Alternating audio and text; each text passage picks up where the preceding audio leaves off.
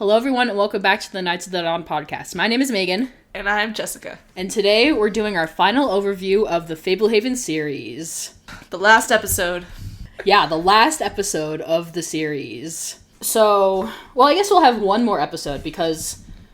Oh, yes. We have from the poll, one of the things that won was top 10 quotes from Fablehaven. But this is kind of like the last official one, and that's kind of like a bonus one. So... Today, we're going to dive in and talk about some of the themes of Book 5, and then we'll also go over general themes of the series and character arcs and all that, so we have a lot of stuff to cover. Alright, so I feel like a culminating theme that was really talked about in this book specifically is, and it's especially in, like, brought up in, like, Bracken's, like, end speech of, like, light and darkness, you know? We always have the Knights of the Dawn, which are the good, the light. The Society of the Evening Star, darkness, night, evening, evil. Mm-hmm. And, like, there's also the dichotomy of the Fairy Queen and the Fairy Realm and the Fairydom, and then the demons and... Demonkind. The Demon King. Prison. Demon Prison are all dark. And there's always just, like, the yin and yang of it all. Mm-hmm. And it really does culminate in that final speech with Bracken. It really, really does. Because, like, we've had sprinklings of this throughout the season. Like, it's talked about creatures that are light versus creatures that are dark. Yeah, how they're differently affected by, for example, the Shadow Plague. There was the whole conversation of, like, is a bear evil or is a bear just a bear? Mm-hmm. I still remember that conversation. I do really enjoy that one. It's really that's good. a very interesting It's a good way quandary. to put it. Yeah. But it really does come to a head here about, when it comes down to it, some of these creatures have the nature, and some people also have that nature. Yeah. It also makes me think of, like, there's a proverb, like, inside every person there are two wolves, one light and one dark. Which one wins? And the answer is whichever one you feed. That's a good proverb. And I feel like it works, like, even just in the metaphor of light. If you want your light to stay on, you have to work to keep it shining. You have to give your flashlight new batteries. You have to feed fuel to the fire. Yeah. All these different things. I feel like that really happens, like, if, like, bad things happen in your life, you have to, you know, try to see the good. And that's happened a lot to our characters. Kendra and Seth have gone through a lot of crap, but they have always chosen to still see the good, but also, like, do good. And try to save the world and not become, like, jaded and... The Sphinx. I don't know. Yeah, like the Sphinx. It's kind of interesting to bring up the Sphinx because in his point of view, he's doing what is right. But obviously we know he's not. Yeah. It's interesting, like, there are so many people in the world who they think they are doing so much good, but it can really just be a matter of perspective. And there are also people that, like, start off good and turn evil. Like, we have Morrisant, who he was, like, the head honcho wizard who helped create the prison. The ultimate good, really. Yeah. And he himself, he talks about when he's giving Vasilis to Seth, how he was good, but he turned to evil and did things and tried to, you know, lengthen his life because he was fearful of dying. And doing things like that turned him to the dark side of the Force. Indeed. I had to finish with that because how can you got not? it. You know, you have to. I guess he's an Anakin, sort of say, you would say, maybe.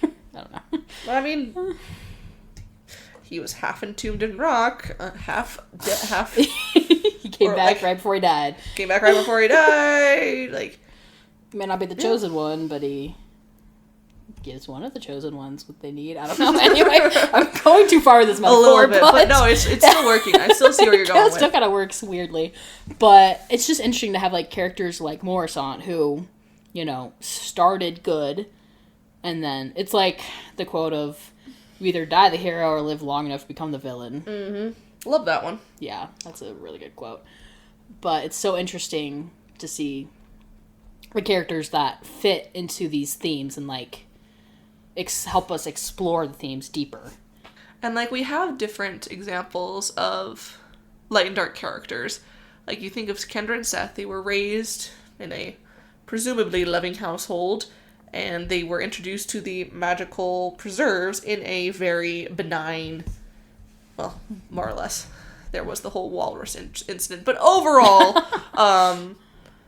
like they were in a gentle way that they were able to gradually increase their understanding and adapt to it. Also, like, protected. Yes. A sheltered environment. Way. Yeah.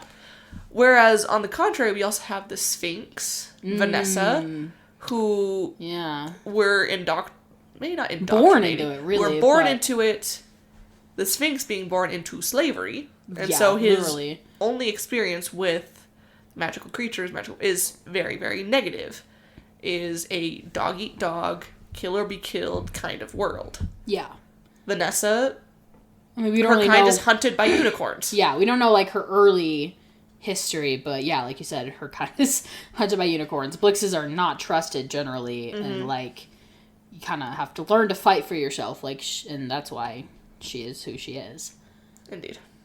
So yeah, we just have all these different light and dark characters, but for the majority of them, those who are not necessarily magical creatures, who are not necessarily light or dark, those mortals who exist in the middle, they do still, like, they have the choice. Yeah, it's kind of interesting to, like, think about, like, the spectrum of, like, very light or, like, totally dark. Like, ultimate light would be, like, the fairy queen.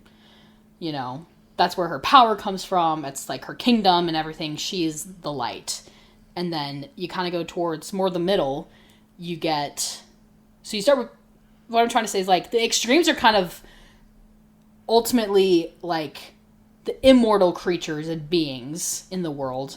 And the closer you get...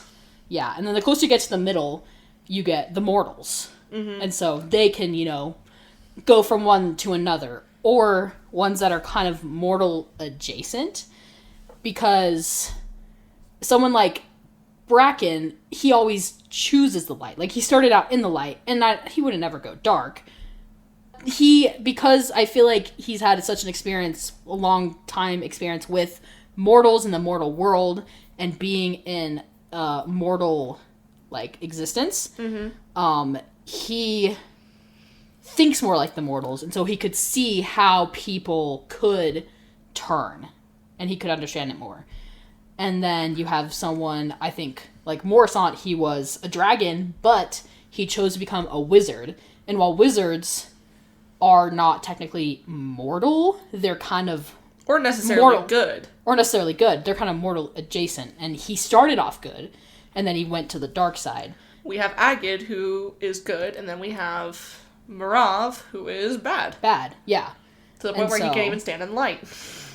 True. But I just think it's interesting to think about, like, the spectrum of beings and, like, how their, I don't know, like, amount or, like, where they fall on the spectrum almost kind of correlates to mortal versus immortal, which kind of leads us into the next major theme, which we've talked about before in our discussions, which is mortal existence versus immortal existence. And that's a big theme that drives this theme are the Eternals. And how we talked about Mark, who kind of became disillusioned with his extremely long life because he was immortal, is now immortal, and doesn't want to keep existing. So we have, and then on the other side, on the Eternals wise anyways, from Mark, we have Sivia and Rune, who, though they were maybe not thriving, they were able to manage their long lives. Mm-hmm. And I think what it really came down to was, like, which ones kept their duty in mind, which ones kept that as their focus, and didn't allow, like, the unfairness and the, like, frustration and bitterness to overcome what they knew they needed to do. Mm-hmm. That's definitely what it seems like for Sivia. She took her job seriously. She stayed proactive in doing her job. She found ways to find joy in her journey, and it was able to help her nearly escape and survive in the end. Mm-hmm. And then I always think back to that quote from Bracken, and I'm probably going to butcher it right now, but so stay with me. It was, any creature will hate being placed in a cage, but any creature can survive if he must. Like, for Sivia, for Mark, for the Eternals, for Bracken, their more immortal existence felt like a cage keeping them from what they wanted. For Bracken, it kept him from being with his family in the fairy realm and being like his peers. For Mark, it kept him from moving on to the next phase of existence. Like, that's generally what he wanted. He didn't just want death, he just wanted to be done. Yeah. And what really came down to was you can survive in that cage as long as you are choosing to focus on the right things. And thinking about, like, immortals, I think about Grawless, because he was immortal, but he was about to die before Seth healed him, and he used his cunning to continue living, at least for a little while longer, but thankfully, time. I just think it's interesting to think about, like, other characters who are evil but also immortal. And then you think about, like, the Sphinx, who was mortal, made himself immortal, and would do literally anything to not die because he has such a fear of death. And I feel like even more than that, like, it's possible that the reason that he was able to treat other mortals, like Seth and Kendra and their family, and, like, his underlings with such callousness is honestly probably because he had separated himself from mortality. Yeah. Like, it talks about, even in book 1, the reason naiads drown humans is not because they're necessarily evil or dark, it's because they find it funny. They find humanity's lives to be so short and so inconsequential that it's like a kid using a... Squash the ant. Yeah, I was going to say using a magnifying glass to light ants on fire. To them, it's funny. Like, they don't still think a of little it as, like, an sadistic, existence. Yeah, and that makes me think of, like, immortals who value existence on all planes. It's just interesting to think about, like when you brought up the naiads technically are part of, like, I guess they're more, like, neutral. They are part of the Fairy Queen's kingdom. They're part of the Fairy Queen's kingdom. Like, they're part of the fairy realm. And so they are it's interesting to see, like, a difference between, like, the naiads who don't respect, like, life in general, as to someone like a unicorn, like Bracken, who does respect all forms of life. Unless it's a Blix.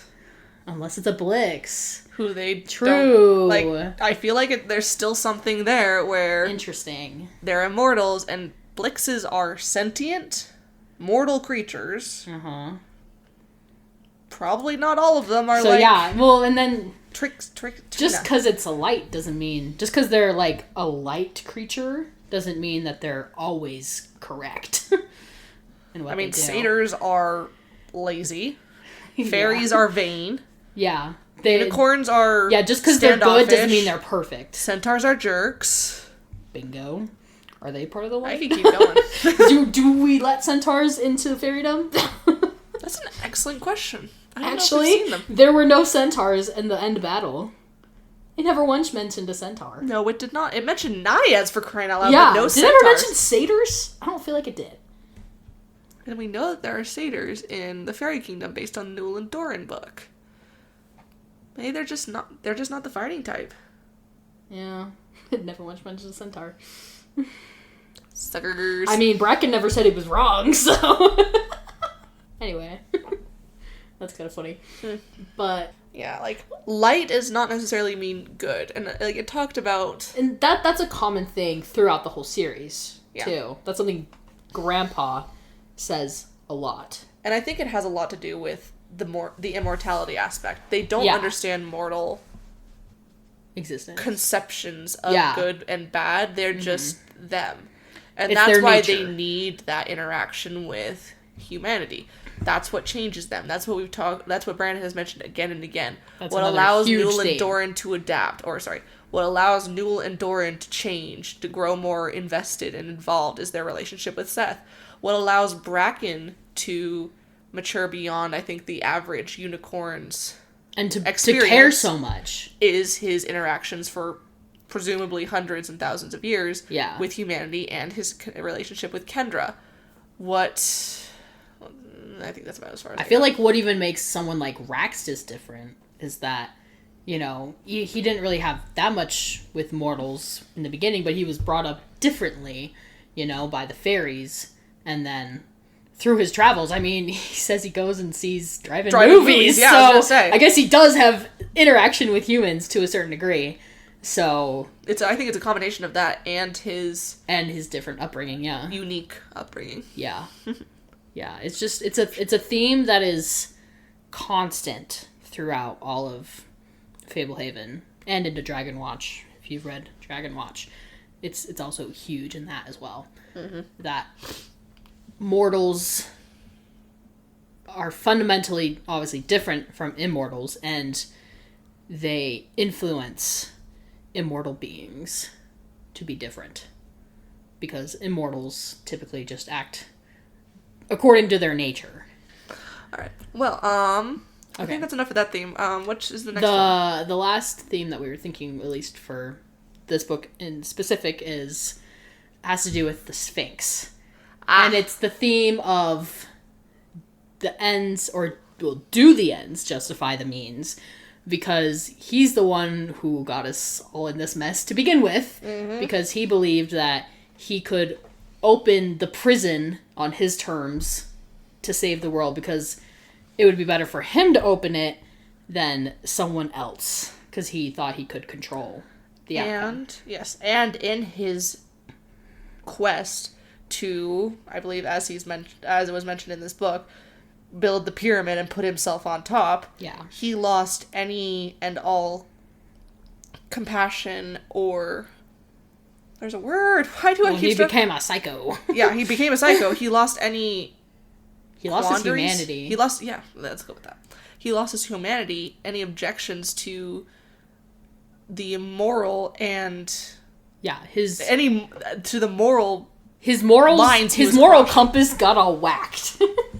But he justified it with the idea that as long as I can open Zizix and set up this system that protects the world, it's okay. I can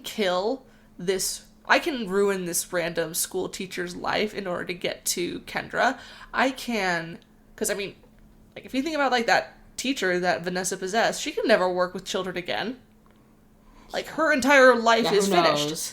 They Rex, literally kill, in book Rex 4, from book 4, the leader of the daycare, her boss, was murdered. Killed. He was found killed in his home just so that the Sphinx could kidnap Kendra. Yeah, it's a constant in the society, and the Sphinx really uses it as a justification of like, well, I'm saving the world, so doing this one little thing.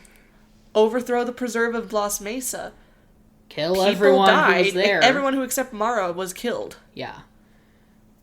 All for not even to get an artifact, to establish a spy. That was it. Mm-hmm. The ends for the Sphinx always justified the means, and he never understood why that wasn't okay. And, well, the thing is that the means that he was trying, or the ends that he was trying to achieve, he said it was just to save the world, but really what he was seeking was power over the world. He couldn't abide... Power over the demons, too. Yeah, he couldn't abide the fact that there was a power out there he could not control. Yeah. That there was something out there that could come out, challenge him, even if it was locked in the most deepest prison.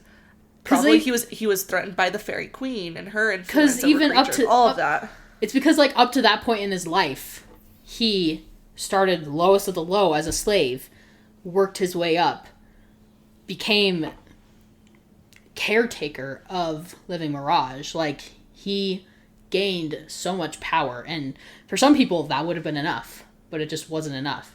Then he discovered, the artifacts and decided, this is going to be my lifelong goal, and he just saw that as the ultimate power. Some of you guys are going to hate me for this, but I'm going to do it anyways. I'm going to bring up the Disney live-action remakes. What? Aladdin Disney live-action remake. One of the things that they kind of changed, which was present a little bit in the original, but they really leaned in hard in the remake, was Jafar's motivations. He started as a street rat, apparently, just like Aladdin. He worked his way up becoming second only to the Sultan, and he could not abide that. He could not stand the fact that he'd made it all the way this far, and yet he still wasn't the top dog. And he was willing to do anything to change that. Same exact thing with the Sphinx. Now, are we saying that it's, like, he was not... Like, we're not saying... And we're saying that it's understandable. Saying, hang on. Yeah. Now, it makes sense that, again, like Megan was saying, it makes sense that he would feel that way. He started life as a slave, the lowest of the low. That does not justify him. It just makes him a more compelling and understandable character. Yeah. Because ends do not justify the means. Get that through all of your brains. The Sphinx needs to get that through his brain. Preferably before it screws us over, but we all know that's not going to happen. Yeah. Are there any other characters that kind of act like this? Because the Sphinx is the big one. And that's why it's such a big theme. It's because that was, like, his, like... I would like to bring up Vanessa. Yes. Yes. Because... True. But she is the Sphinx's protege. She was the Sphinx's protege, and for her, I think because she probably didn't have that separation, that was thanks partially, I think, to the Sphinx's long life. She probably had a very similar upbringing. Like, I've seen some, like, theories where, like, maybe she was hunted as a child. That's partially what drove her into the society. Maybe they manipulated her. I don't know. There's a lot of different ways, but Blixes are presumably seen as, like, for one thing, they're typified in mythology as, like, vampires. Already negative, starting off right from the bat. They... Like, the moment they bring up Blixes, it's always in a negative connotation. They are hunted by unicorns. Not a great start in life. And initially, she starts following that same kind of... Where's the word? Thought pattern as the Sphinx. She's willing to betray people. She's willing to do all these things because she needs to complete her mission. She is willing to do these betrayals, stab people in the back that she admittedly cares about. Mm-hmm. Well, as much as I think... Well, used to care about. Yeah. She's able to do these things because she justifies it with the end goal of the society. And she really only changes that goal once she is betrayed herself by the Sphinx. And then I think she realizes that's no longer okay. But yeah, can you think of any other examples? Not really. Unless it's just other evil people, really. I was gonna say, yeah, Graulis, Nagiluna, a little bit. It's really just, obviously, ends justify the means, typically, is the thoughts of the villain. I'm trying to think of some Is there anyone who's on the good side who does anything sort of ruthless, though? Or, like... I mean, we've theorized about the Larsons, about what they may have had to do. That's true. But that was probably under the guise of being part of the society, though. But they were still willing to do it in order to become the most ingrained spies. That's true. That's true. Let's see. Now, let's see if we can think of any contrasts. Like, not willing to go all the way. Or, sparing. Or even just, like, not being willing to go all the way because it would cross a moral cross a boundary, cross a line. I can't think of any, like, hard examples where somebody was, like, given the choice, like... Like, we don't do, Like, torture information out of so-and-so. I mean, I guess they never mistreated Vanessa once she was under their care. They knew she had a secret. I mean, they gave her nice stuff in her cell. That was more of a bribe. I don't know if that's, like, moral gray area. Book 2, kind of at the end, when... Heal Vanessa, trying to help Christopher Vogel, Errol, before he dies. No, yeah. And then Vanessa's like, no, I will, and then he dies anyway, but... Yeah, healing Vanessa, that's a big one. Yeah. That's true. I think Kendra, she hesitates. But she doesn't. But she's still in the end. Because, yeah. Oh, yeah, I remember talking about this. Yeah. Yeah. Because for her, like, we're staying true to what she felt her moral duty overcame what she felt maybe a more positive end result. Mm-hmm. And I mean, it worked out. Yeah. Without Vanessa. Vanessa's the one that told him he was a traitor. They wouldn't have known to look in the Sphinx. Probably would have... Well, maybe they would have saved Fablehaven. It would have been a close thing. Maybe. I mean, Kendra kind of learns the lesson of respecting all forms of life or undead, I suppose, at Lost Mesa when she's like, why don't you just let the zombies starve? And then, what's his name? I don't remember. The guy in Lost Mesa. I don't remember. Anyway, zombie guy. He's like... He's Mara's dad. Yeah. They're... He basically is it's like a zoo. It's at Lost Mesa. Mm-hmm. And she's like, well, why don't... She's just so grossed out by the zombies. She's like, well, why do you still feed them? And he's like, why would... He's like, they're creatures, like, they're alive. Well, not alive, but they're, like, they deserve our respect. They're here for a reason. Why we take care of them. It's the same reason they take care of the preserves at all. It's a zoo, basically. To preserve. The preserves preserve. Oh, shocker. Mind blown. Wow, look at that. Yeah, but that's the whole point. I don't know if that quite qualifies, though. I know, but I wasn't saying that it was, like, exactly the same thing, but it was just kind of similar. Okay. Along the same vein. All right. Like, the only time Kendra has really questioned, been like, is this worth it? All right. Patton specifically doesn't cross the line with the centaurs. Broadhoof, he only injures him. He doesn't kill him. And Seth is kind of like, dang, well, you could have.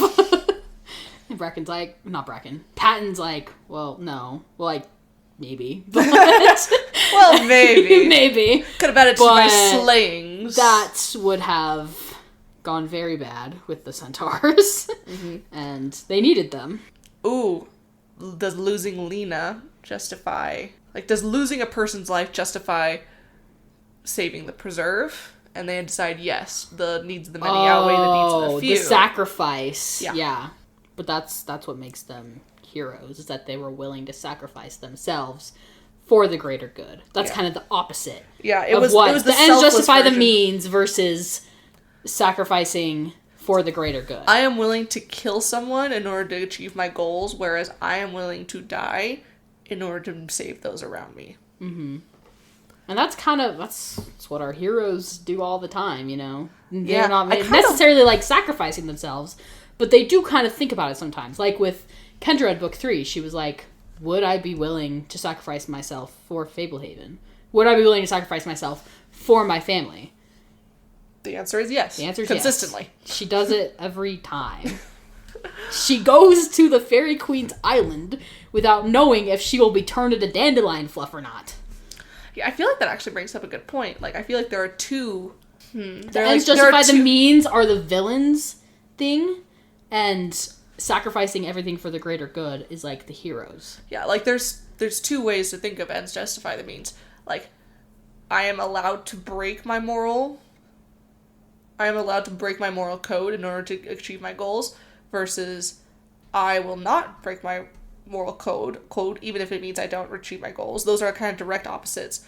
Whereas if you want to think of it as, like, the correct way of applying ends justify the means is sacrificing yourself. I will do anything. It's not about sacrificing others, it's about sacrificing yourself.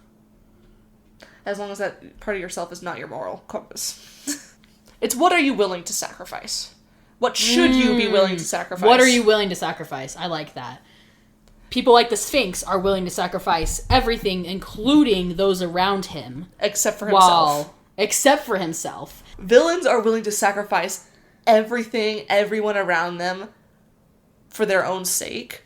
Whereas heroes, especially in this story, our heroes are willing to sacrifice themselves, any part of themselves, their mental health, their lives, anything, to preserve their families, everything around them.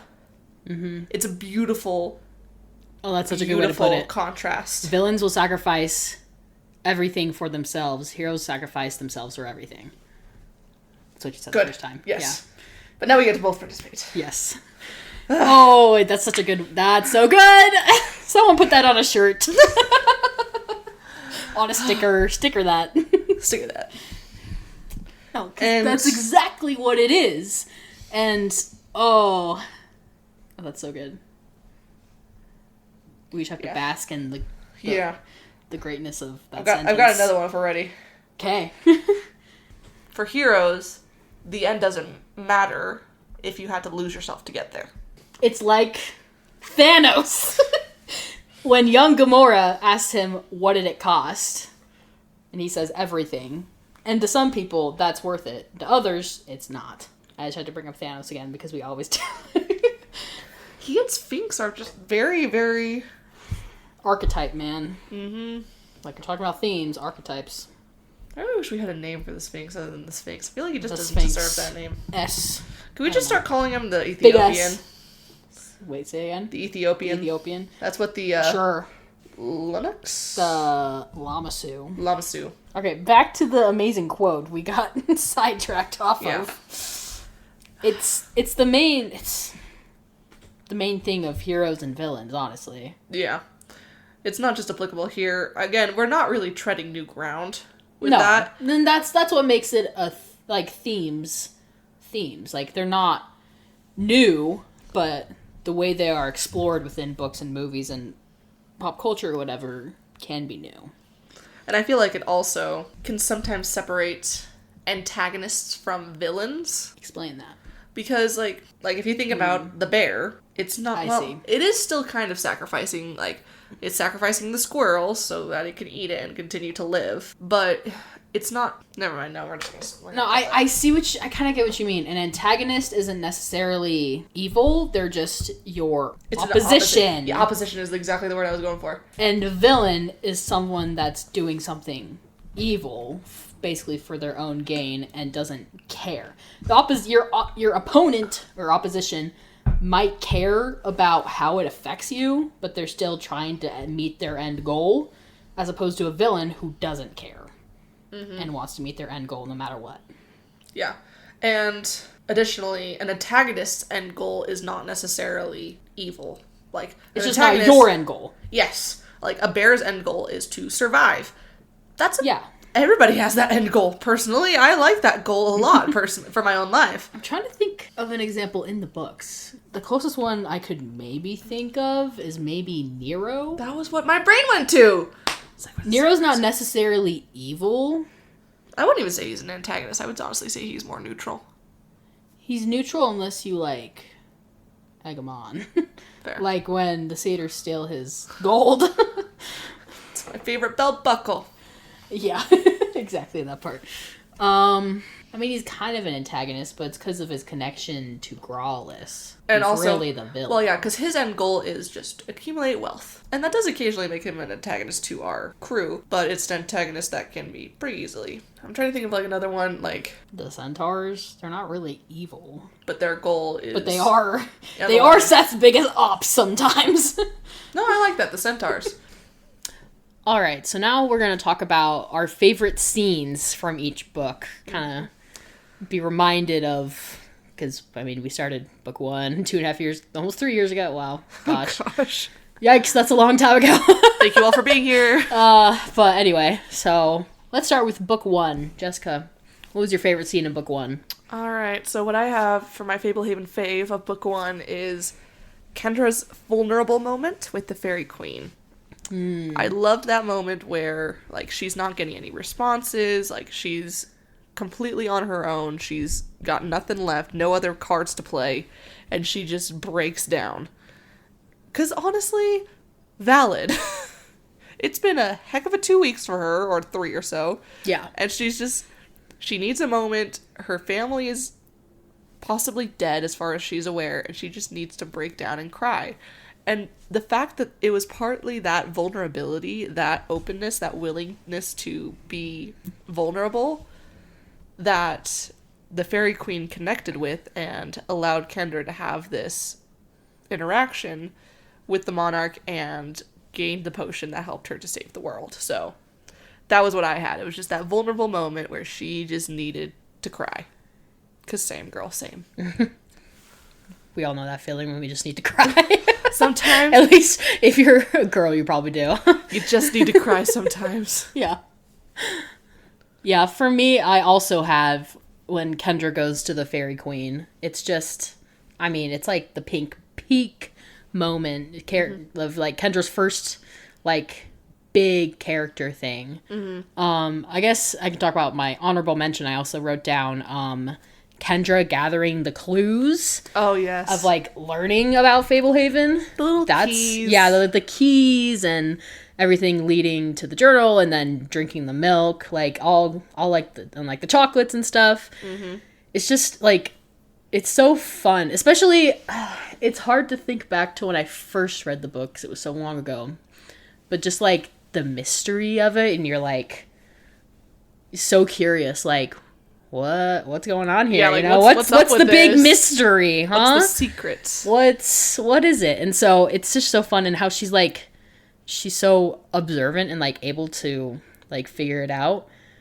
It's a fun way to, like, get to know her character. So it's, like, my honorable mention. Agreed. I concur. All right. Book 2, you start us off. I have a few, but my number one is Seth pulling the nail out of the Revenant. Ooh, I like that. That's not your number one on book 2? That's not my number 1. Really? Huh. Surprising. Mm-hmm. I guess added on to that is then Warren waking up as a cause of it, but we'll appreciate what comes as a consequence like, of this action. The way that book 1, Kendra going to the Fairy Queen, was, like, her, like, first big character moment, I would say. I feel like Seth was, like, he was helping in book 1 and, like, throughout book 2, but, like, this is, like, his moment. He steps up. Is Seth and just takes a pair of pliers and a courage potion and pulls it out. Like, I love it so much. I like that a lot. My personal one is related, I guess, because it's just Warren. Okay, it's not just Warren, but it's understandable. It's the Vault Gauntlet. Just, like, all of, like, the obstacles, the traps, and just the way it so beautifully just establishes Warren as just this competent goat who is going to go out there and get the job done. Okay. Like, he can read a situation flawlessly. He can analyze his strengths and weaknesses, the strengths and weaknesses of his opponents, and even when he is mortally injured, still comes out on top. He's just the GOAT. He's just so good. It is really fun to get to see Warren doing his thing. Almost dying for the sake of the cause. Mm-hmm. As he always does. Yeah, because up until this point, like, we have Kendra and Seth who are trying to survive in this very brand new, magical, dangerous world. Now we have someone who not just is capable of surviving, but of thriving and just kicking butt everywhere. I like that point of view. Do you have any honorable mentions? I have, like, 2 others that I like.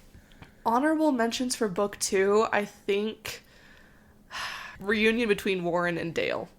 Like, just that moment, and also just Dale being Dale, and just, like, that moment in book 2 when Kendra asks, what if there's no way to fix it? What if there is no cure? Like, what do you do then? And Dale just responds, I don't know. That time will never come because I will never stop trying. And I'm like, oh my gosh. That is such a good time. That is a peak. That is Dale's peak right there. That is so good. I think I have 2 for honorable mentions for book 2. The first one is when Vanessa comes to pick them up from their house. Yeah, that's a sick and gets moment. them out. It's very cool. It's something that sticks in my mind a lot. Like, Kendra's talking to Errol on the phone, and then he's like, oh, you have a visitor. And then Vanessa pulls up, and then Kendra's like, I gotta go, sorry. Yeah, and then the conversation on the phone with Grandpa, out. Too, and you're like, oh, crap, bad things are happening. And then the second honorable mention I have, also with Vanessa, is when Vanessa's being uncovered as the spy. And they figure it out, and she attacks. It's so good. Mm-hmm. Especially because we're seeing it from Kendra's point of view at that point, and she has no idea what's going on. Like, we just see Grandpa Sorensen and Tanu lock eyes and just be like, let's do this. Like, the last second, you're like, who is it? And then it's Vanessa, and you're like, oh my gosh. Mm-hmm. Indeed. All right, so. Book 3, my turn? Book 3, your turn. I feel like we might have the same one for this one. Pen and Lena's reunion. Same thing? No, actually. No, really? Mine was meeting Patton for the first time. Interesting. You know, that's actually my honorable mention. Okay. I how can you talk? Okay, yes, Lena and Patton are fantastic. It's her zero but also, hesitation. it's just the when jumping is the sole option, you jump. And again, that is how can I top that quote? My list here is book 3, Patton and Lena's reunion, and when jumping is the sole option. ... Yeah, because that's all I needed. But for me, it's that moment where Patton and Lena see each other again for the first time. And Lena, without hesitation, well, I mean, with a little bit of, like, trickery and tomfoolery, but without hesitation is like, I'm out of here. He's out there, and she's like, and when Kendra's like, just so you're aware, you're only going to get him for 3 days. And she said, I would have left the pond for 3 minutes. Yeah. Oh, such a good quote. Goals. That's so cute. Goals. Yeah. I have 2 honorable mentions for this one, too. My first one is when Kendra is going across the pond with Patton and, like, the Naiads are, like, attacking them. I think it's so funny, and because it's so... The way that Patton has this way with making the Naiads react so strongly, because they've never done this before. Like, we've been to the pond multiple times, and it's never been this much of a reaction. They just hate his guts. And they want to stop him so bad. And he's, like, taunting them by name and being like, oh, I got this, Kendra. No worries. You know, you go talk to the fairy queen. I got this. It's so funny to me. I love that part so much. He, like, spanks them with the oar like they're naughty children. Oh, my gosh. And then the second one is, like, one of my favorite chapters. Brownie Sunday. Brownie Sunday. The traps of the brownies. It's so iconic in my mind. Yes. I love it so much. Like the scene where they push the rocking horse down the stairs. That is one of my favorite scenes ever. For me, it's the way that both Warren and Seth are like, yeah, that was awesome. Yeah, that was awesome. And Kendra's like, boys are psychotic. Like, oh, it's so funny. Oh, man. Yeah. All right. Book 4, you're up. Book 4, I think my favorite scene is Seth stealing the horn from Grunhold. Interesting. And, like, just, like, that whole thing. Like, that little gauntlet game. And especially when everyone figures out that he did it, and they're like, oh, you weren't just going to look at the centaurs. Horn. Yes, Hugo, we hear the horns. No, horn. I got the horn. Exactly. Dale, come here, we need you. Dale, we need to look innocent. We need confusion, come on. Classics. All right, mine is, and this may seem a little bit strange, it's at Kendra's funeral when Seth goes up to Grandpa and he's like, Grandpa, I have gold from Fablehaven. Kendra caught me and was going to make me return it.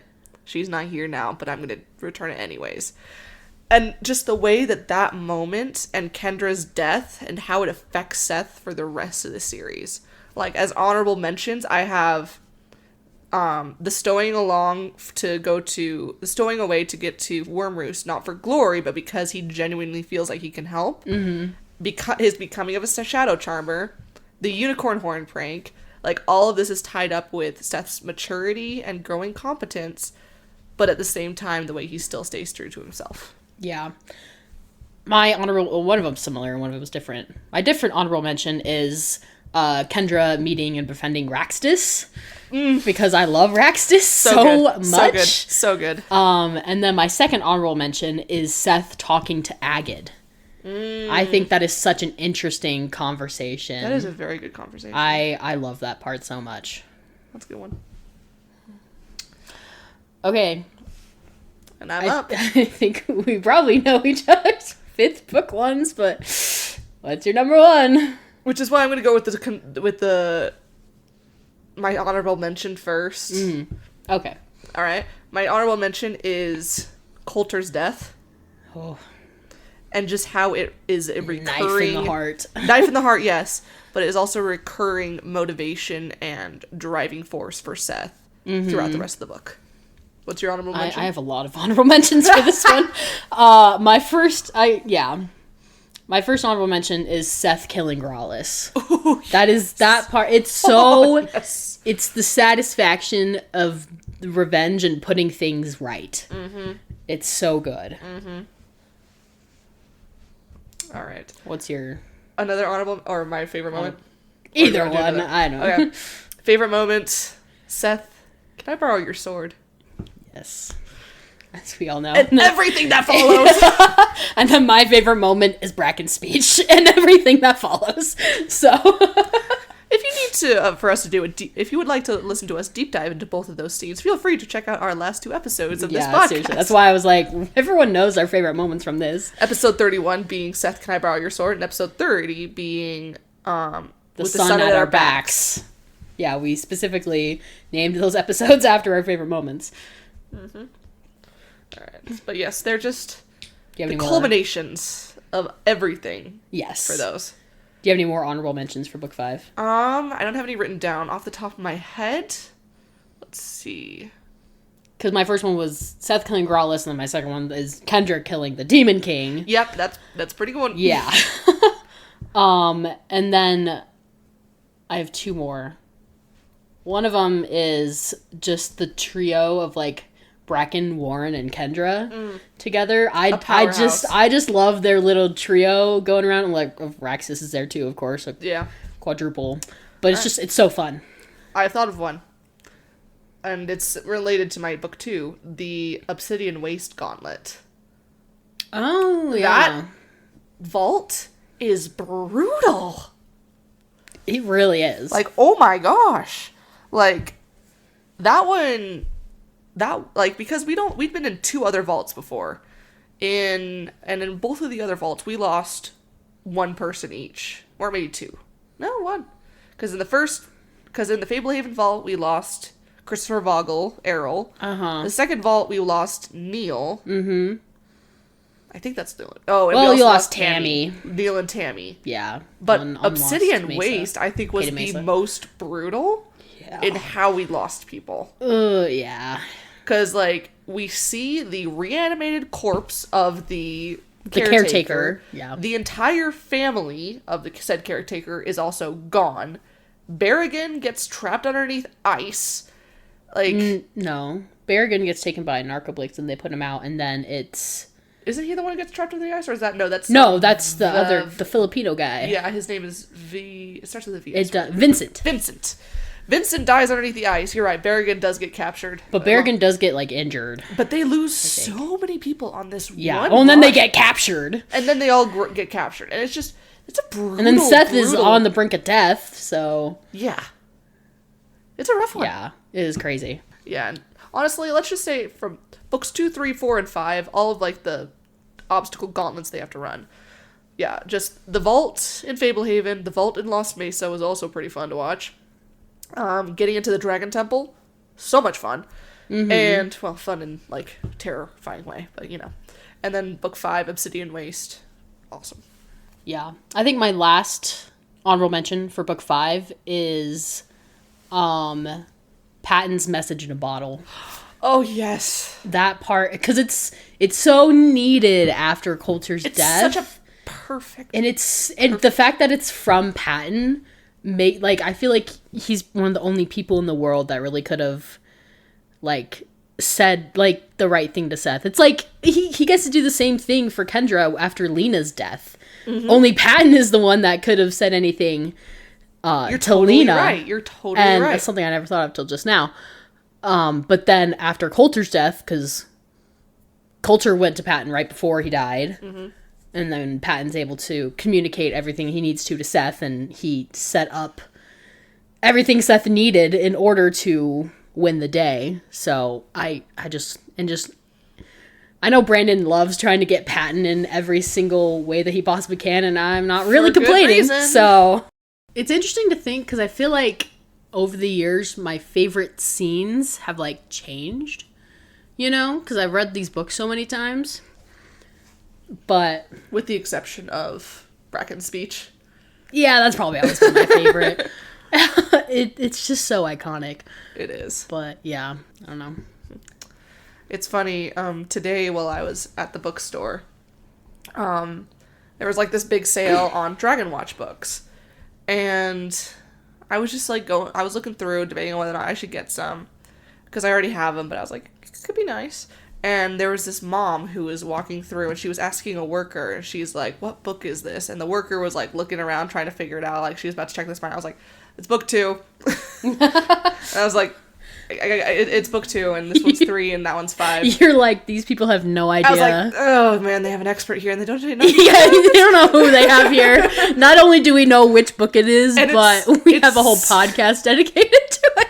And it's funny though, like from that moment, the mother like immediately like, because like the worker had to get back to what she was doing. The mother turned to me and she was like, "So I have a 13-year-old," and I was like, "Yes, get them." Yes. I was like, however, you should go into this being aware that it is a sequel series. You will need some your child will need some background knowledge probably. Need to read get the first Fablehavens, but overall, 13-year-old. Perfect age to start reading these books. I have no higher recommendation. It was just like a nice little feeling of like, so now some other kid may be getting to read through the Fablehaven books. You just like influence someone to start reading the books. That's fun. Which is part of why we're doing this podcast. Yeah. Is to influence people to like love and enjoy the books that we love and enjoy. That's so fun. It's also just so funny. Because, I went to the same sale and I was, like, getting them. And I was, like, the people around me, I heard some people being like, oh, those are good books. Or, like, I saw so many people, like, getting them because they were, like, on sale. And I was just thinking, these people have no idea how much I know about these books. The knowledge, the wealth of knowledge you have at your fingertips. How much I am invested in these books. That's the perfect word. Like, when I was checking out, the person was like, oh yeah, these are good books. I'm like, oh yeah, they're some of my faves. Mm-hmm. That's all I said. Not thinking about, like, the copies that we have, like, signed and personalized by Brandon Mull himself. Yeah. The many, many times I've read them and whatever. It's just kind of funny. The memories that they contain. Yeah. All right. Good times. But yeah, I just wanted to share that lovely little experience. Well, that's a good anecdote. Okay, so for this next bit, we have each chosen... We want to talk about the character arcs of Kendra and Seth throughout the 5 books. And what we've done is we've each chosen 3 words to describe Kendra and Seth in book 1 and book 5. So we're going to say those words and kind of discuss them and talk about why we think those words describe them, and then we're going to discuss scenes that take them from where they are in book 1 to where they are in book 5. Mm-hmm. All right, you want to get us started with your words for book 1, Seth? Okay, book 1, Seth. I wrote naive, reckless, and young. 2 out of 3. Oh, you have the same. Well, I guess I'm right then. We're both thinking the same thing. Either that or we just have the same brain. Yeah, that's also true. Okay, what did you put? I have naive, reckless, and impulsive. Impulsive is a good one, too. They all are Seth, for sure. Mm-hmm. Like, this is the kid who's like, I see woods that I'm told not to go into, and the first thing I want to do is go into said woods. This is the kid that Kendra said he jumped off the roof with the garbage bag parachute. Like, impulsive and reckless and naive. 100%. Yeah. That definitely describes book 1, Seth. Mm-hmm. All right, what do you have for book 1, Kendra? Book 1, Kendra, I have anxious, resourceful, and inquisitive. I have very similar. I have careful, observant, and timid. We really do have the same brain. It's almost like we read the same books and talk about the same stuff. No, for sure. This is true. All right. So, I almost feel like we don't even really need to discuss our words for book 1 then. We've both had very similar words. Yeah. Uh-huh. Yeah. All right. So, then should we read our book 5? Yeah, let's do straight to book 5. Kind of. I like the what's the word? Dichotomy. The dichotomy, yeah. All right. Book 5, Seth. All right. I have grounded, authentic. Ooh. And I kind of cheated with this word. Is it Burgess. Burgess. Okay. Because otherwise my three words would have been capable, lighthearted, and adventurous. But I feel like those are all summed up. Yeah, I had a hard time Burgess. thinking about different words for Seth because they all kind of boil to the same thing. Mine were confident, courageous, and measured. Ooh, I like measured. Yep. All right. So we can talk about book 5 words a little bit more because they were slightly different. So wait, yours, what were your 3 again? Grounded, Authentic. I like authentic. And a Burgess. Grounded, authentic, and a Burgess. And mine were confident, courageous, and measured. Mm-hmm. So I chose those words because I kind of wanted... I chose them kind of to... as a... thinking about the book 1 words that I chose, because looking at those words, I'm like, okay, this is how he's different. Mm-hmm. Because in book 1, I said he's naive, reckless, and young. Mm-hmm. And so I kind of... mine are almost like, not opposites, but like taking those attributes and showing the growth that he's had in them. It's like having a scale. He started on the very far left, and now he's like just progressing. They just like slide the scale over, and he's now much farther to the right than the left. So the way I think of it is that the first one, I think young and confident kind of go together.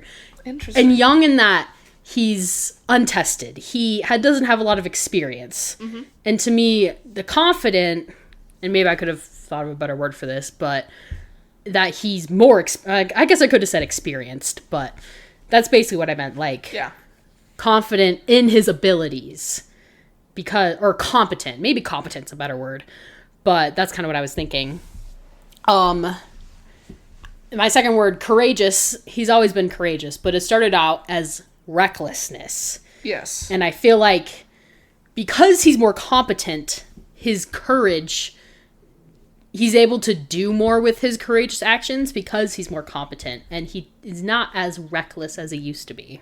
And even more with that, kind of like linking in, like, he's able to be known, like, his courage is able to show through instead of his recklessness is because he has an understanding now of the world around him. Mm-hmm. Now he's not just jumping in blind. Yeah. He's instead knowing that it's dangerous, knowing that there's something that could hurt him, or something that is threatening him, and choosing to going in anyways rather than just falling in. True. Yes. And that kind of leads to my last set of words. In book 1 I said naive, and my last word for book 5 was measured. Mm-hmm. And this really comes forth with what happens in book 5 with Coulter dying, mm-hmm. and him wanting to set things right after his big mistake of healing Growlithe. And measured to me is that he has specific goals, and he has like abilities, like he knows what he has to do in order to achieve his goals. He's not just doing things for the fun cool of it, kind of like how we were talking about earlier, like when he was like, you're talking about your favorite scenes of him being mm-hmm. like, oh, I need to go to Wormroost because I can help. And I feel like he's a lot more measured in his actions and his reactions because he's grown up, he's become more competent, and so mm-hmm. I like that a lot. My 3 words for 5th book 5 Seth, came mostly from his, like, my first one was grounded. I honestly looked up humble confidence synonyms. I like that word a lot. Grounded came from, like, when I was looking through some of the words, like, the definition for grounded was stable, realistic, and connected to values. I think that's kind of what I was going for with when I said measured. Like, mm-hmm. that's very similar, yeah. Yes, exactly. Like, he has stabilized? Stabilized, thank you. He has stabilized his understanding of the world of the world around him, as well as who he is. Yes. And what he's capable of. He's realistic in that he does not push himself farther than he knows he can do. He doesn't put himself into as many situations where he's setting himself up for failure because of his recklessness. Mm-hmm. And connected to values, family, good, light, those things have all become super important to him. Yeah. The other word that I had, authentic, came from a similar thing. Genuine and true to oneself.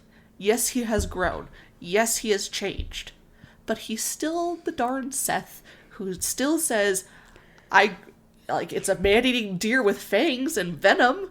Like he still knows how to keep things light, which also leads into what I said with him just being a Burgess. Because the two shining, brilliant examples we have of pure Burgessness are Patton and Warren. Both courageous, capable, lighthearted goofballs with an absolute incurable sense of adventure. They both just fit our book 5 words for Seth. They do. And that's something I love. He has grown into that mantle flawlessly. Oh, I love by book that. 5. Yeah. It really is a mantle.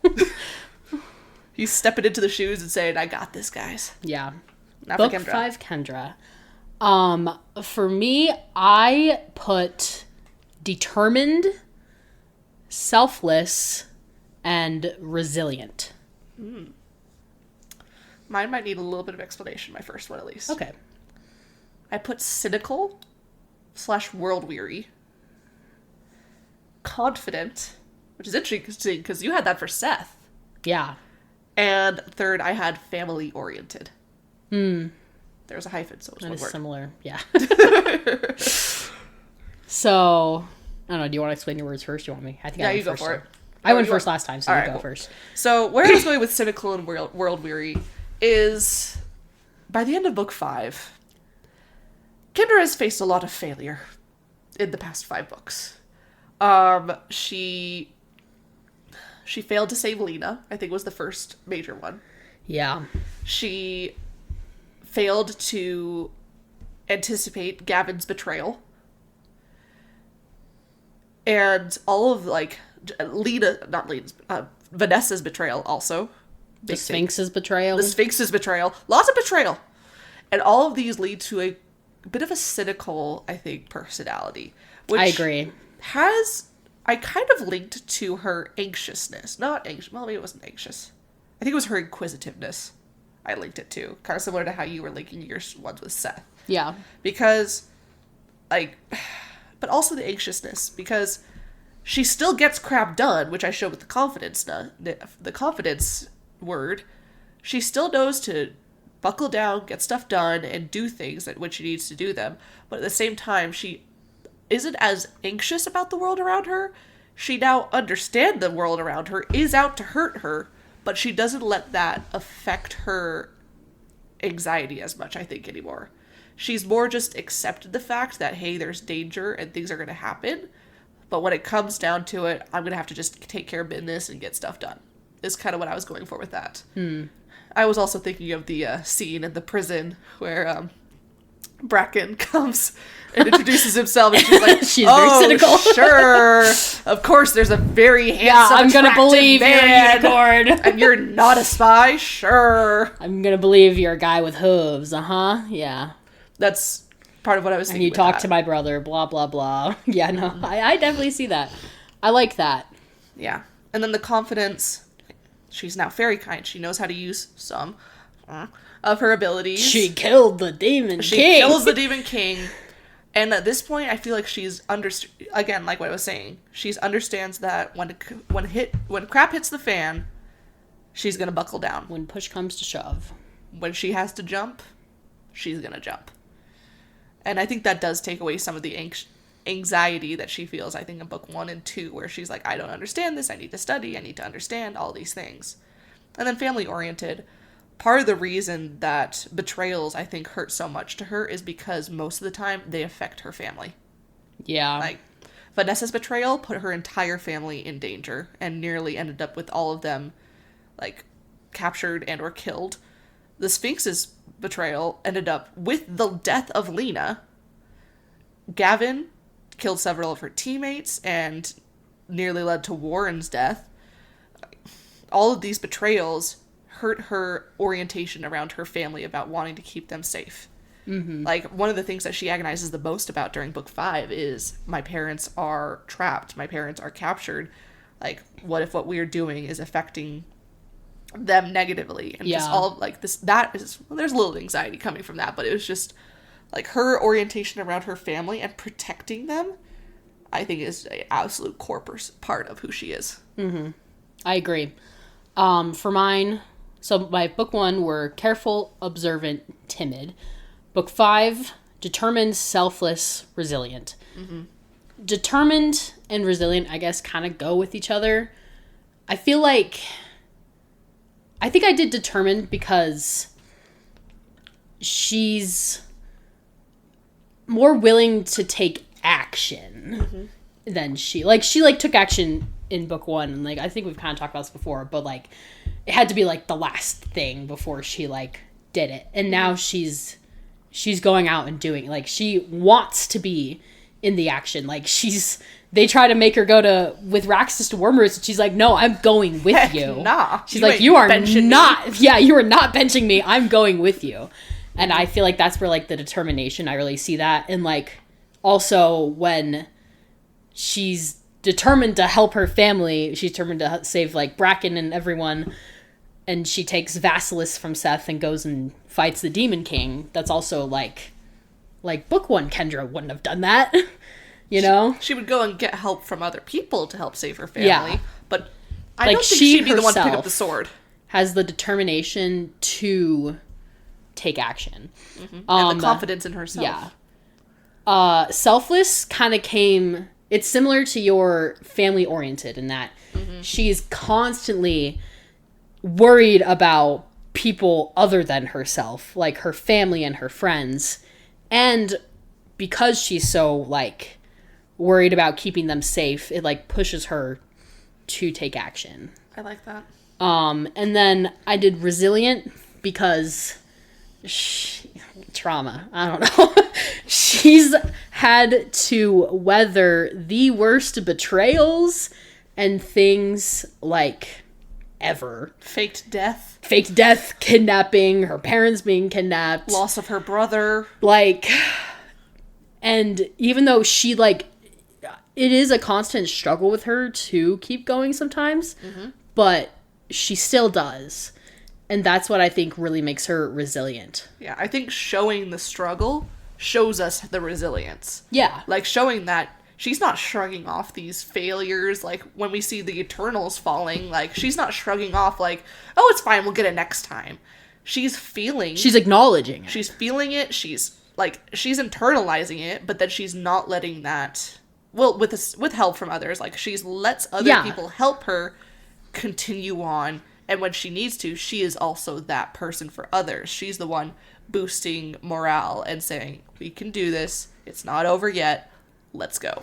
Yeah. Yeah. She never truly gives up. And that's something both of them, honestly, never really give up. Yeah. They're always Seth is more out of stubbornness, but I feel like it's both stubbornness, honestly. Yeah. Like, they're both stubborn. It's not over. It's okay. Well, Kendra's definitely more stubborn if it's against Seth. Fair. The sibling stubbornness is real. But they very much both have, like, it's not over until we're dead kind of mentality. Well, they're basically like, we haven't died yet, so we're gonna keep going. On to the next traumatizing, life-altering experience. Okay, so now that we have the picture of where they started in book 1 and book 5, let's talk about them individually and think about the events in the early books and into the later books that take them there. Let's start with Kendra. Oh, we want to start with Kendra. Okay. Yeah. Starting from a anxious but still inquisitive and careful person. Careful, observant, timid. That's what it was.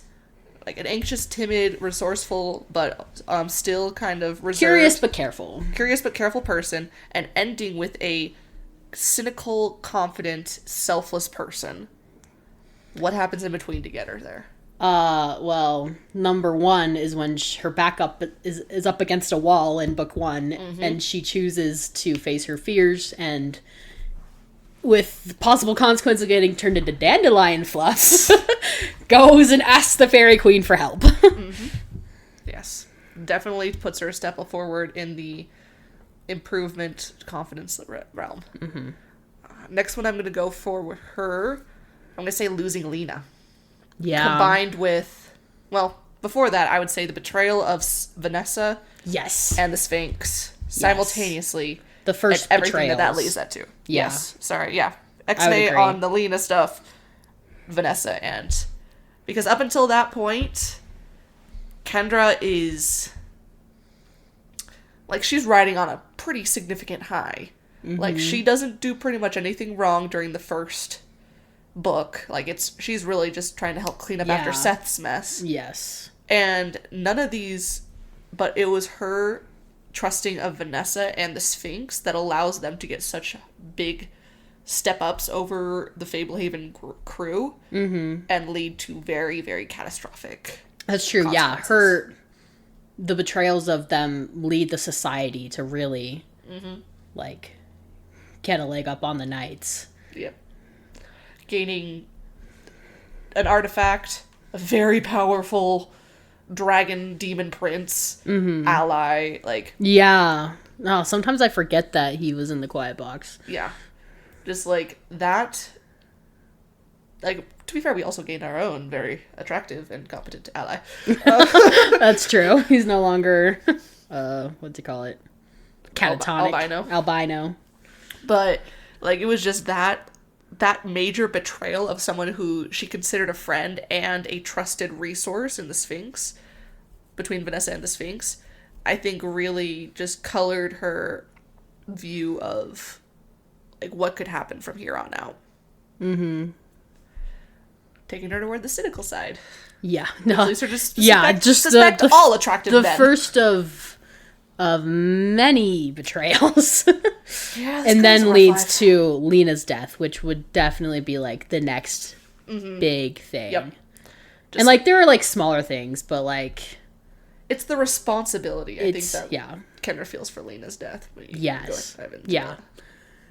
Yeah, and the responsibility and the guilt that she feels. And it's, like, the first time she's really, like, lost someone, like, in this way, you know?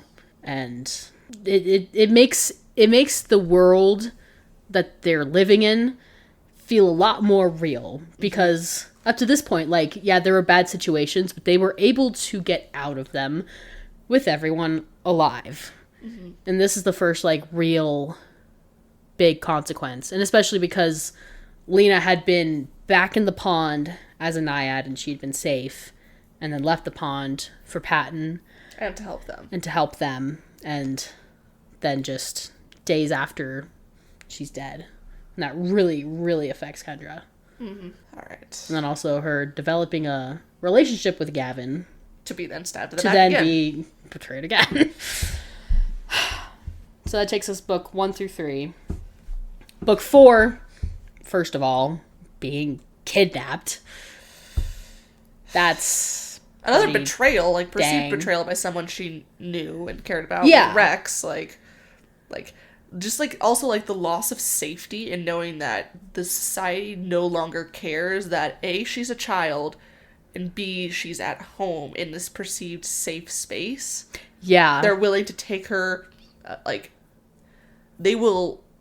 Like the real world is there's no boundaries in the real world anymore.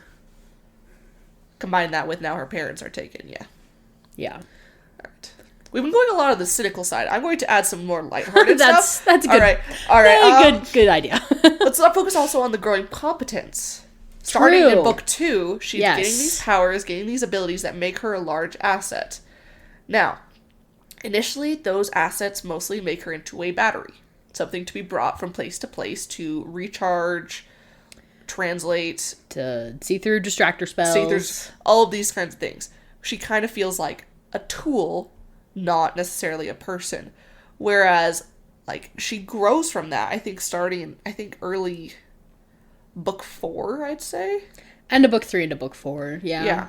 She's no longer the tool. She is a person that comes up with ideas, with strategies, and helps significantly. Like, I just remember even, like, a part of book 5 when she's the one who spots the keyhole when everybody's distracted. Like, all these things where she's the one who figures out the maze. Yeah, she does all these things to prove her usefulness, besides the fact that she can see in the dark and recharge magical stuff. Let's see. Are there any positive... I feel like we can think about, like, positive relationships, too. Like, her relationship with Patton. First, with reading his journals. Yep. Like, learning that she can read them with Umite candles in the fairy language, you know, so it's, like, only for her. And then being able to meet him and have a relationship with him. And then he's writing the journals for her. And I feel like that is a very formative relationship for her. Because it's someone that she can trust and depend on. And she knows she can trust and depend on. And someone who, in many ways, understands what she's going through. Uh-huh. Being fairy struck, while not very kind, but having similar, like, interactions with light creatures and, like, who has gone through a lot of the stuff that they're going through and can therefore offer insight. Because Kendra's, I think, her anxiety is very much lessened by a knowledge of what's coming. Like, an understanding of what's going on around her. Something I'm just starting to think about, and it doesn't, like, relate quite to, like, the words that we were talking about, but, because I think of Patton, he's obviously a mentor and very important to Kendra, but he's also super important to Seth. Mm-hmm. But I think an interesting way that he is a good example to Kendra and that he can't be for Seth is his relationship with Lena and how it mirrors her relationship with Bracken. Ooh, yes. Because he's one of the people who is immortal, falling in love with an immortal creature. And that's the same with Kendra and Bracken. And that's something I've never really thought about before. You know? Yeah. I think that's really interesting. And I think we can also link that to her competence arc, where one of the people who definitely treated her as a tool, as a battery, was Gavin. Her first romantic interest. Yeah. He treated her very much as protect the cargo for later use. Like, usher it through, keep it safe. Get you in the knapsack. All those things. That was how he treated her. Whereas Bracken, similar to how Patton and Lena, dream team. Oh my gosh. Yeah. I just, like, now I'm picturing the moment in book 3 when they took down a freaking fog giant in, like, 2 moves because they were just tossing a sword between each other. Because they had that fundamental trust. Part is the best. Like, Patton wasn't sidelining Lena. He was trusting her to be competent and take care of herself so that he could also help out. But at the same time, they could also support each other. Bracken, he protects Kendra, but also takes her ideas and feelings into account. Mm-hmm. And as Kendra's competence grows, he backs off a little bit. He leaves her on her own to help to go take care of other things, trusting that she can take care of herself. And he even, like, includes her when they're asking the Fairy Queen for help, and she's like, oh, no, you got that. And he's like, no, I need your help to ask for her help. Uh-huh. And I don't know, like, he's not overly cocky in that he, like, doesn't need her, you know? And that's something else I love about them. And I think that's such an interesting, like, parallel in a way that because, like, Seth is a Burgess through and through, and, like, Kendra, she is the same blood running through her veins, but she doesn't act in the same way that the Burgess men do. But I like that parallel of her life with Patton's life in a way that's different than Seth's. Yes. Yeah. Another important There's always going to be more, let's be honest. Relationship. Raxtus. Oh, yes. Raxtus comes in clutch. We love Raxtus. He is so important. Kendra really does just an amazing job. She, more than being just a battery, she finds allies and brings them into her cause. She finds Raxtus. Yeah. She helps free Bracken and brings him into the fold. I love the part. I love the part where Raxtus comes to help them at the sealed shrine, and then Bracken's like, "Oh, you guys know each other." It's like, great. Don't have to try to introduce my girlfriend to my bestie. Kendra is really good at, like, making good friends. Like, several of the fairies, like some Shiara. of them betray her, but you know.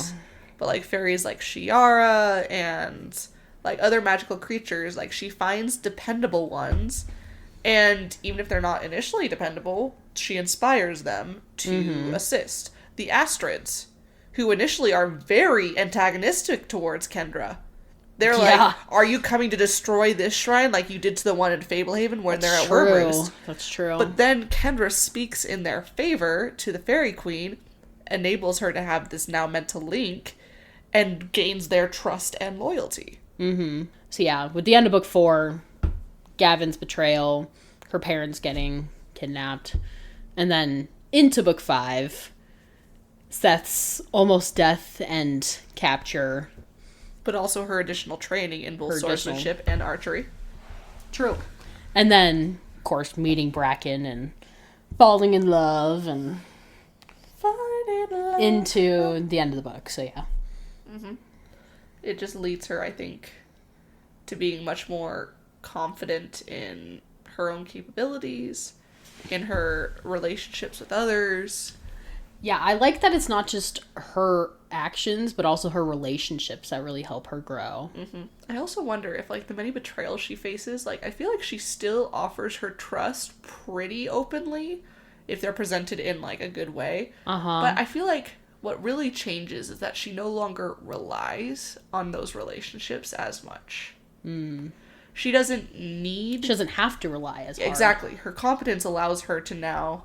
Like, she doesn't need a big, strong man to come show up and save her as often. And she doesn't even need someone to explain how the world works, yes. You know? She has that understanding for herself now. Yeah. Because she definitely leans on Warren a lot, and then she leans on Gavin and her teams a lot. But in book 5, like, a lot of those pillars get cut out from under her, and now, like, she loses a lot of those connections, because most of them are captured. Yeah. Her grandparents. For a sec, she's just going around with Bracken and Raxtus and then Warren at the very end. Yeah. But yeah, interesting. Like her 2 newest friends. Yeah, all of that leading her to being able to become a lot more confident in who she is and what she is capable of. Yeah. Yeah. It's interesting that she's like with Bracken and Raxtus for like a bit, like at the end, because like those are like probably her 2 newest like relationships of like friendship. And so they don't even, like, know all of her background, but they know who she is now. Mm-hmm. And so, like, they rely on her and her capabilities now, and they don't have, like, a reason to doubt her because they don't know what she was like before, I guess. Yeah. It's kind of interesting. Nice. It's kind of positive. We like. Yeah. All right. Moving on to Seth. Seth. All right, Seth going from an impulsive, reckless, naive, to the absolute epitome of a Burgess man. What happened in between? First he gets turned into a walrus. A demented walrus. Yes. Quite the deformed. Wake-up call. Yeah. That, and then, of course, opening the window and setting off the events of book 1. Very much gave him a couple of slaps upside the head of like, this is not a playground. This is not a game. This is not a game. You don't get to it's not like a video game where like you make a mistake and you like turn it off and reset. Mm-hmm. Yeah, I'd say book 1, those are definitely the 2 wake-up calls that he gets. Where it's just like, don't mess with things you don't understand. Uh-huh. And don't act without thinking through the consequences. Yep. Which then he then takes and is a little less reckless, but still reckless in that he goes and gets bit by Olok. And that was, I think, more of his naivete being naivete, used against him. Yeah. Because he was trying to do a good thing. Yes. He was trusting what he was told. He was being naive to trust an unverified what's his face? Source? Christopher Vogel, Errol Fisk. Yeah. Errol Fisk. Mr. Weird Magician Ringleader guy. We still don't know how he was pretending to be related to Maddox or Dugan. Oh, is that what he says? No, as in because they have the same last name. I keep forgetting they have the same last name. But that's not his pretend last. That's his pretend last name. So. Yes. I still remember I forgot about that. I'd be like, wait, that's Maddox. That's the same last name. There's a third brother. He does. Allegedly. About that. Yeah, book 2, his naivety being used against him, I think definitely inspiring a increased competency and desire to learn about the world. Along with the increased naiveness, when Coulter, under the control of Vanessa, gets him to leave the house and go to the grove. Mm-hmm. And then the subsequent realization that Coulter sacrificed himself for him. Mm-hmm. Because Coulter, once freed from from Vanessa, while under the influence of the Revenant, struggles mightily, but still manages to get Seth protection. He gives him his safety net, his cocoon, his escape route, and saves his life when it's presumed that death is the other option, or at least eternity as an albino mute. And I think Seth definitely, like, takes that to heart, being like, okay, I gotta use this. Mm-hmm. I have to make sure I'm not... Gave him a new lease on life. Pretty much. He would have been eaten by Golok. That's how Seth sees it in many ways. Like, he's like, let's take care of business. Let's get this taken care of. Yeah. And partially gets justice and revenge on the Revenant by being the one to defeat it. Mm-hmm. All right. So yeah, pulling out the nail of the Revenant. Mm-hmm. Big character moment for Seth. Imprinting on his, like, soul, literally. Yeah, because that literally helps him get his powers to become a Shadow Charmer. Mm-hmm. So yeah, book 3. I feel like a big thing is him being left out of the knights while Kendra gets to be a knight. Mm-hmm. Because that really makes him mad. Yes. Because he's like, I'm helping to save the preserve too. I want to do, like, he wants to be involved. Yep. And so him being left out really, like, frustrates him, and like, that's like a big thing for him. I think especially that combined with the fact that they don't know what's going on. Yeah. He's like, I'm being left out of this, and, like, I have no idea how we're going to save the preserve. Mm-hmm. So I think that those two things combined really lead into the fact of when Graulus calls, Seth answers. Yeah. He's scared of both the situation. Only he can see the shadows. He's scared of both the situation and the fact that he has these burgeoning powers that he has no idea how to control or what they do or where they come from, or if he's just going mad. Uh-huh. And he is pissed that he's being left out and that nothing is happening and there's nothing they can do. And so he's like, I see an opportunity, I see a way forward, I'm going to take it. Still a bit on the reckless side. Mm-hmm.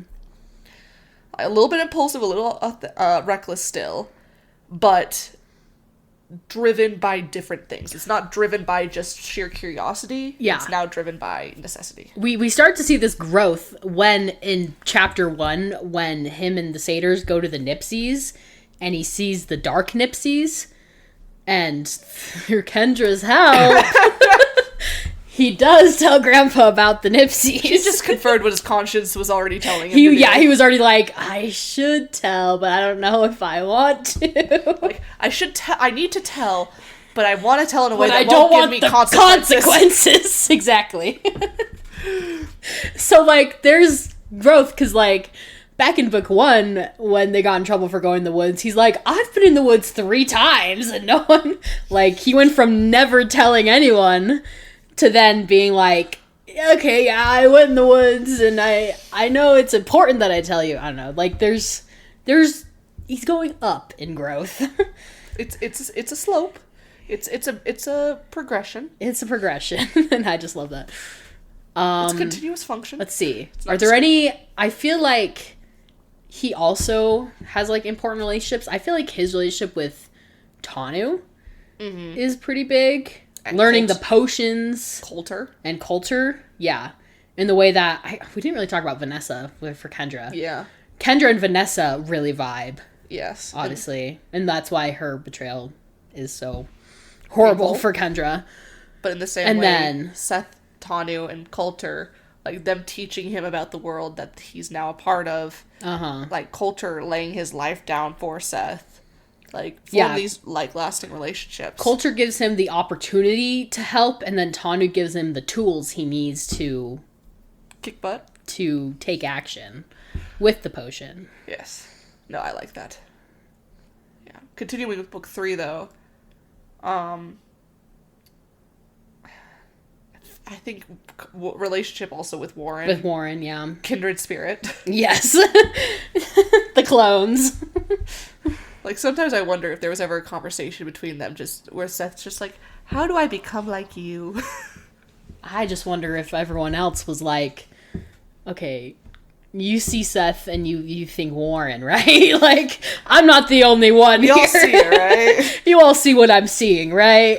Or if, like, they are ever just told Warren, like, he is you. Your punishment for giving all of us, like, headaches and gray hairs as childhood, you get to look after him now. Warren didn't even have to have a kid for him to have that. Usually it's like, when you're a kid and your parents like, I hope when you have kids, you have a child who's just as mischievous and reckless as you. Warren didn't even have to have a kid. He just had to have a cousin. But it's not, it's no skin off Warren's back because he encourages it. And yet also, like, when he was about to run off a cliff, he pulls him back. He's That's like, true, yeah. That's great. He's Make like, sure there's I'll a bridge supervise. No, yeah, for sure. Yeah. Yeah. And then, of course, next thing I'm thinking, book 3. Book 3 is finding Patton. the translocator. Oh, Not the yes. translocator, the chronometer. The chronometer, and unwittingly bringing Patton back With the most to the future from the move. past. Back to the future. With the most impulsive move Not bad. ever. Yeah. Let's press a Click button. all the buttons! Let's press a button and see if it helps before I become a shadow. Like, come on, dude.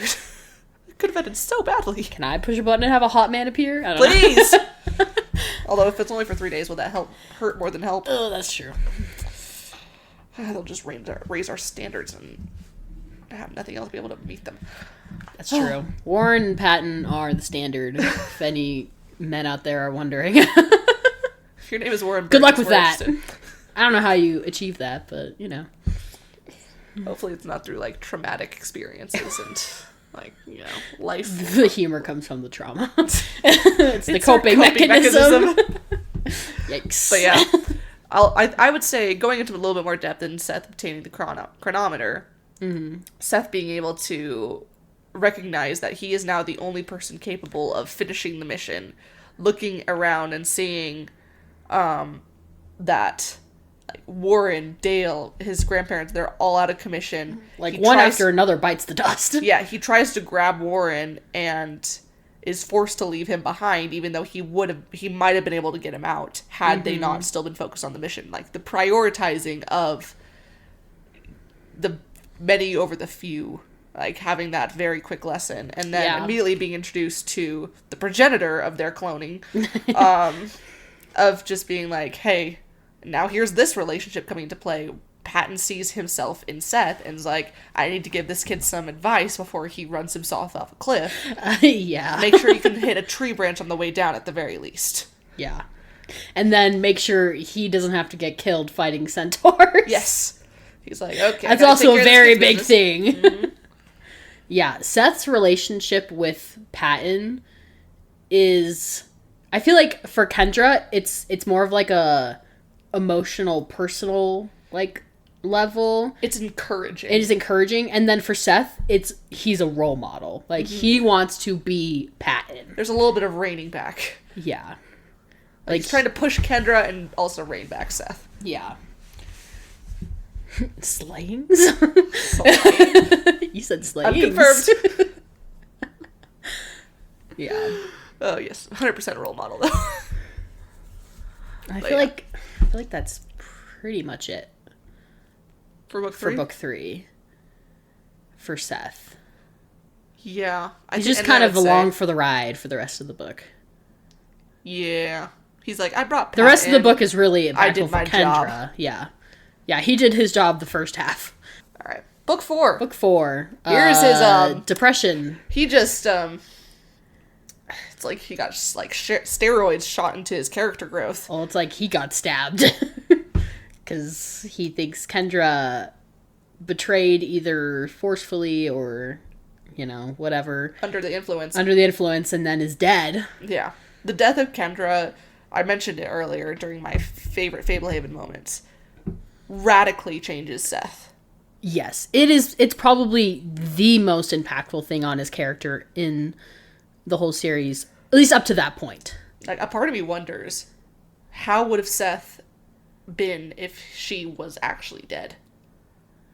Because once Kendra is revealed to be alive, he does regain a bit of his spark. Like, he retains the growth in becoming more solemn and more down-to-earth and prioritizing the needs of many over his own wants, like gold.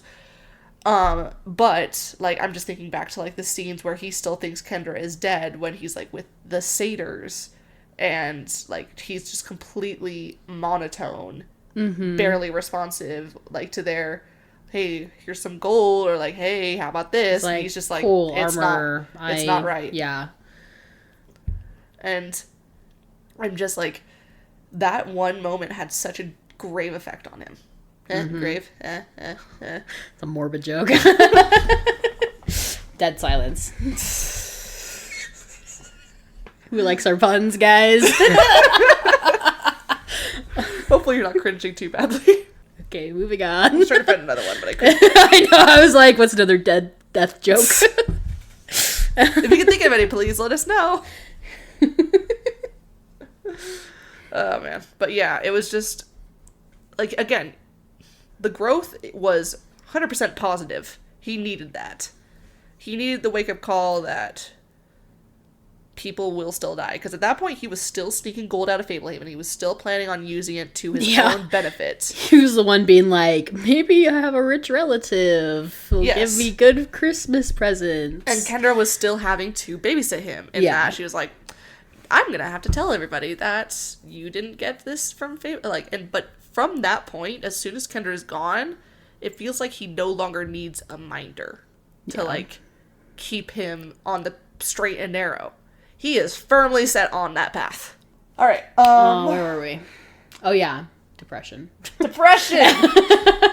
Oh, yes. The pit of despair.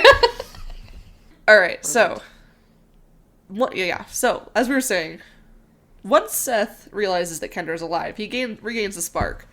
But, and I think this says the most about his character, he does not regress. Yes. He does not regress with the character development. He retains his now lighthearted and humor, but he does not, like, slip back into the, oh, this is just a game, I can still use this for my own profit. Mm-hmm. Yeah. It's, up to this point, it's one of the most integral moments for his character development. Indeed. And it really, like, pushes him, it really motivates him to do what he does later in the book in going to Growlithe and, you know, becoming a Shadow Charmer officially, and then sneaking off to Wormroost. Getting the horn from Grunhold to then sneak off into Wormroost. All things that are now driven rather than by the fact that, ooh, see cool demons, see cool centaurs, see cool dragons, are now motivated by the fact that these people hurt my sister. They made me think she was dead. They need my help. I am capable of helping them. And I am, in fact, the only person who can help them. Yeah. I'm the only person who can become a Shadow Charmer and get the horn from Grunhold. I am the only person who has skills that will make Wormroost easier to tackle. Like, he has all of these unique abilities now that make him an asset that he's like, you have to use me, put me in, coach. Take me off the bench, put me in the game, I will not disappoint you. And then his continued competence, and the reason he was right in that they should have taken to Wormroost, when they fall in with Thronus, and he saves them from all becoming a pie. When they run into Soletta, and he comes up with the brilliant idea that, hey, we got this. Yeah. When Nadia... Yeah, when they... Nadia? Nadia? I think that's her name. The Blue Dragon. Is that her name? Is that her human name? It's not Nadia. Nadia's one of the Dragon Slayers. Give me 10 seconds. It's Nafia. It's Nafia. It is with an F. Together they're one Dragon Slayer. Yes. And it's the fact that he's willing to step back when he needs to, but then steps up when he has to, that I think gives him the most clout with his family. It's like, he's willing to remove himself to what he would consider normally a cool situation, but then he's also willing to put himself back into a dangerous situation, even if he finds it cool and keep focused. Yeah. Yeah, he really shows his maturity. I think that's it for book 4. Yes. I mean, his parents being kidnapped. Yes. Also very impactful. Yes. Obviously. But I feel like he doesn't internalize it as much as Kendra does No. in book 5. He's the kind of person, like, I feel like the betrayals, they bother him, but he kind of just rolls with the punches a lot more than Kendra. And I would also like to add, I think one of the reasons that Kendra stuck so much with him is because he saw her death happen.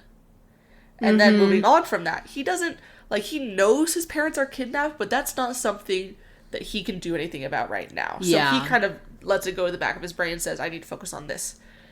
However, then Coulter dies again in front of him. And that becomes his driving, force. It's something I just thought of. I think another reason that affects Kendra so much is that she was kidnapped at the beginning. And she kind of knows what it's like to be a prisoner of the Sphinx. What could be happening. And what could be happening to them. Seth, he can't deal with his parents right now. He lets it go to the side. However, he sees Kendra die. He sees Coulter killed. It's as a direct result of his own actions. But I think I'm getting my head of myself a little bit. Yeah. Well, like, we're pretty much there. Yeah, we're book 5. there. He makes the promise to Growlithe, gets captured, shish kebab, whatever, prisoner. I'm kind of, this is all connected. It all goes back to Growlithe and healing Growlithe. Which is very interesting, because it's very much a repeat of book 2. Where he is, like, someone who is established as a helping person, Errol, and or Coulter, sort of, when he's under control, help him out, and then ask for a favor in return. He returns on the favor and gets stabbed in the back. Or bitten by a frog. It's how Vanessa says how the society operates. And I guess they learned that from the demons. They learned it from the demons, definitely. Growlithe helps him out multiple times. Seems very much like he builds a relationship. A distant benefactor is the vibe most of the time. Yeah. Like, I'm not going to kill you. You're my entertainment. Go make people mad. It'll be entertaining for me. But, like, he gets God, basically. Seth gets too comfortable with him and doesn't... I feel like the extent... Like, he has a lot of knowledge of the world up to that point in book 5, obviously. But his knowledge of demons, specifically, and how they operate is still lacking. And then he learns how far they'll go. Yeah. And more than that, it's lacking. He's been told many times, bad, bad, bad, bad. Demons equal bad things. And he's seen it in his interaction with Bahamut. Bahamut equaled bad. He agrees with that. But it's the fact that what he's being told about Growlithe is not equating with what he knows, what he's experienced, that takes down his guard.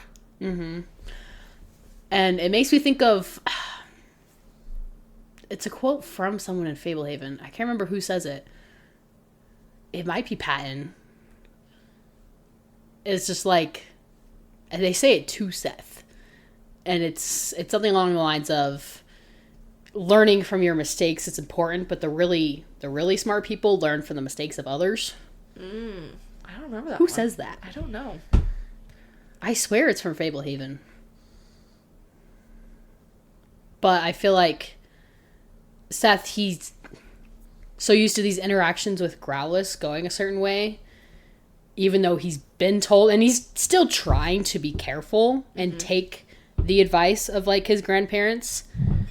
But it takes his bad, disastrous thing with Growlithe to really, like, teach him, In similar ways, I think that the betrayals of Vanessa and Gavin were for Kendra in giving her that a bit cynical overview on trust.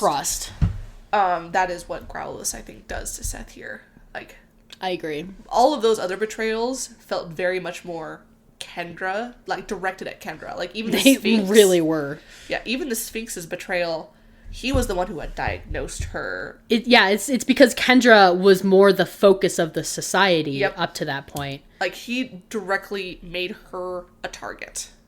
Uh-huh. He was purposely trying to get her alone and isolated so that he could use her. Seth and everybody else was kind of just collateral damage. And it wasn't until Growlithe made Seth a Shadow Charmer that Seth became more of an interest and a target to the society. Yeah, I think to the Sphinx, for the most part, Seth was a victim. He was a victim of Errol and Olak the Gluten. He was a victim of... He was a casualty of destroying Fablehaven. Kendra was the focal point. But now, for Growlithe, their relationship was very much... Seth was the focal point. He was the learning, blossoming Shadow Charmer. He was somebody of interest. And Seth felt valued by Growlithe. True. Yes. He felt like... That's what's so important. Mm-hmm. Is because he's been...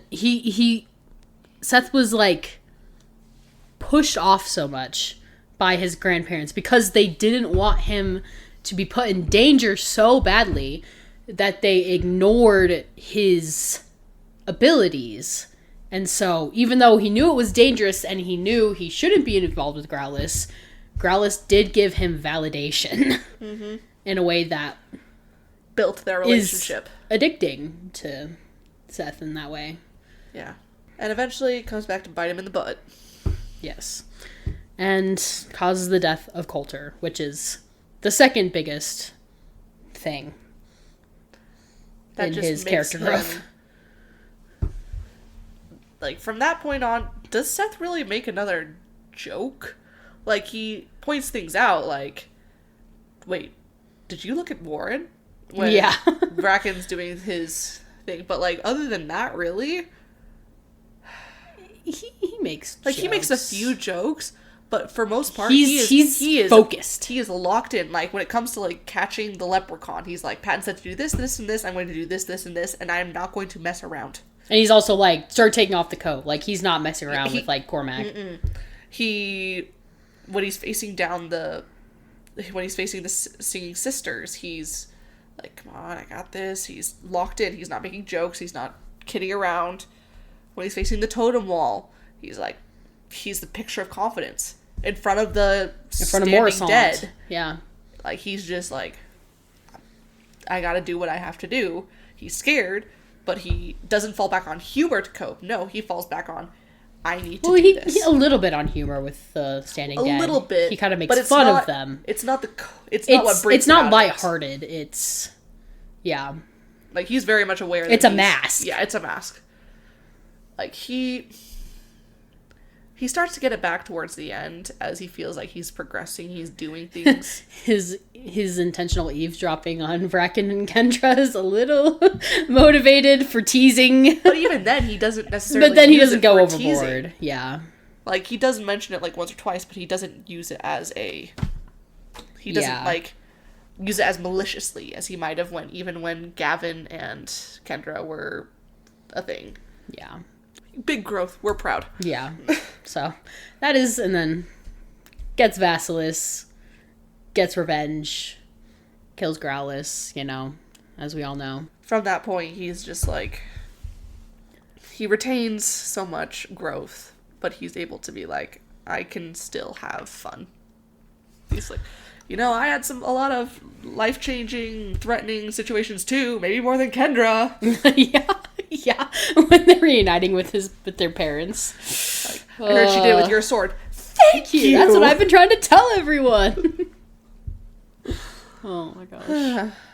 Kendra and Seth's arcs are so awesome. Mm-hmm. They're so interesting. Indeed. Because they're just naive little kids in book 1.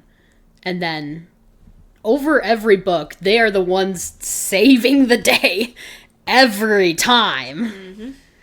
And it's so impressive, How they're able to just adapt, roll, and move on. Mm-hmm. Even through all this adversity. With and without each other. Yeah. And how they both grow very confident and competent. Like, they're able to act, and do the things that they need to do. Overall, they grew from naive children to competent... Heroes. Heroes is a beautiful word, thank you. They are the heroes. They really are the heroes. They are. Without Kendra and Seth, the world would have ended a long time before. I mean, it was also hastened a little bit. Yeah. That's true. They didn't help get the keys. Yes, the final confrontation was accelerated, but also the tools to stop the demon uprising were without found. Kendra and Seth, they wouldn't have been able to stop the society. Yes. Indeed.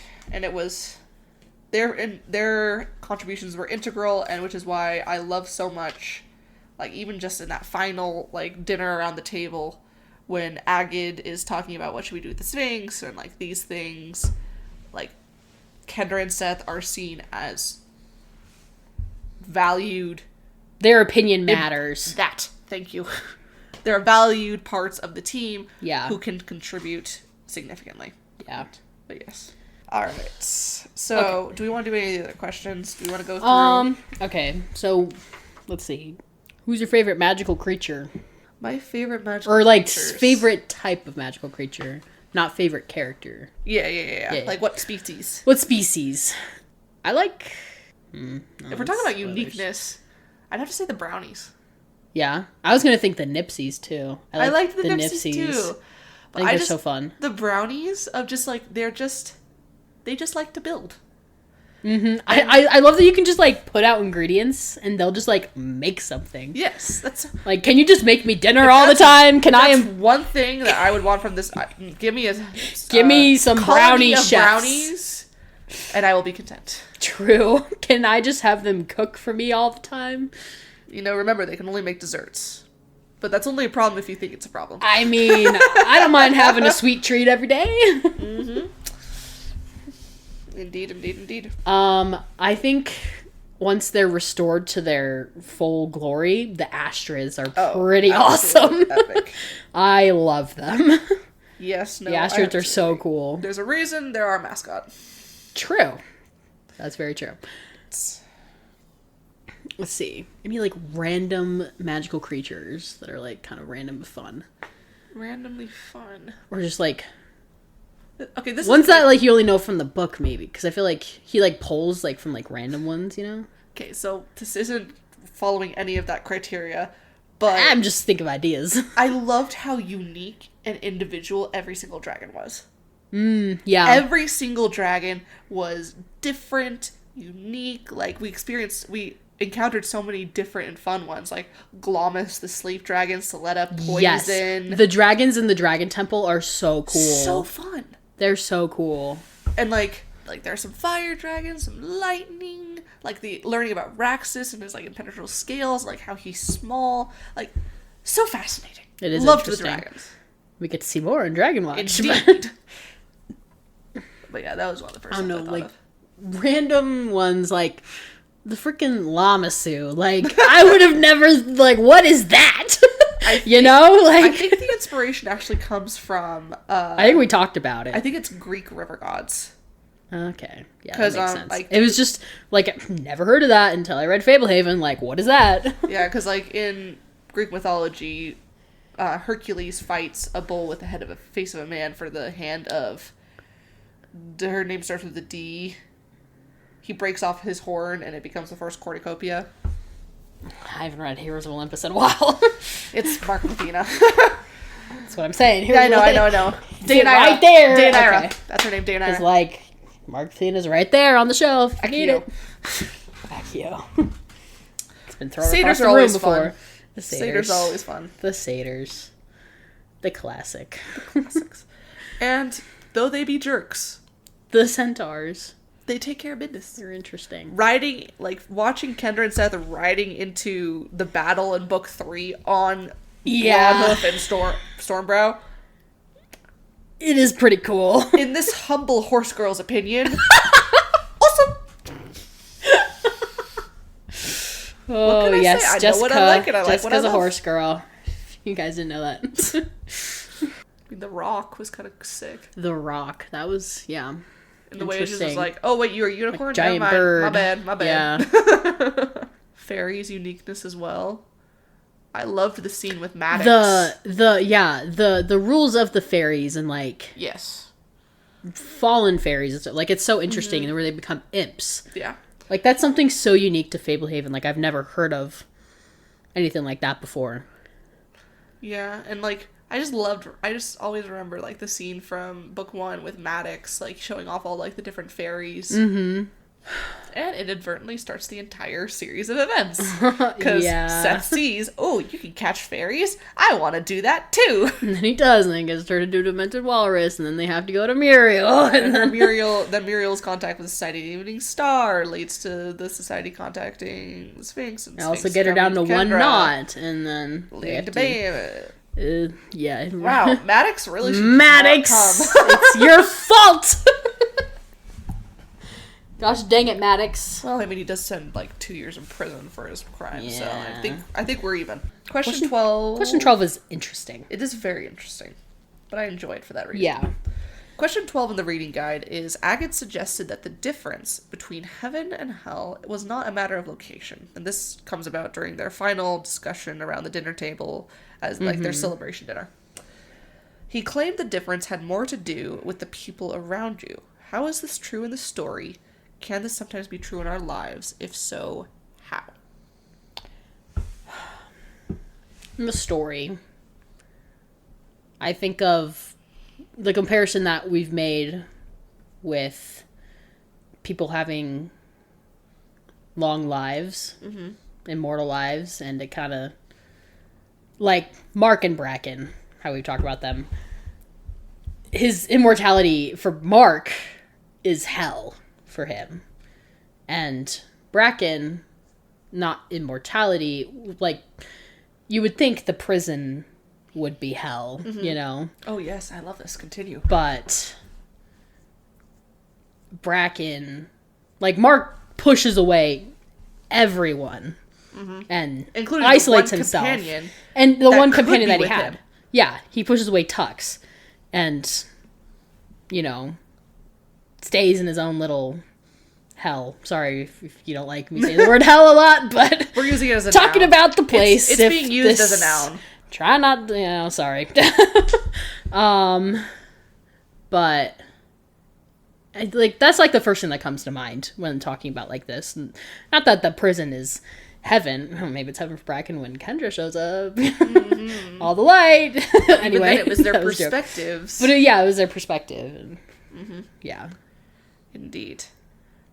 I was looking at specifically, he claimed the difference had more to do with the people around you and how people influence your perspective.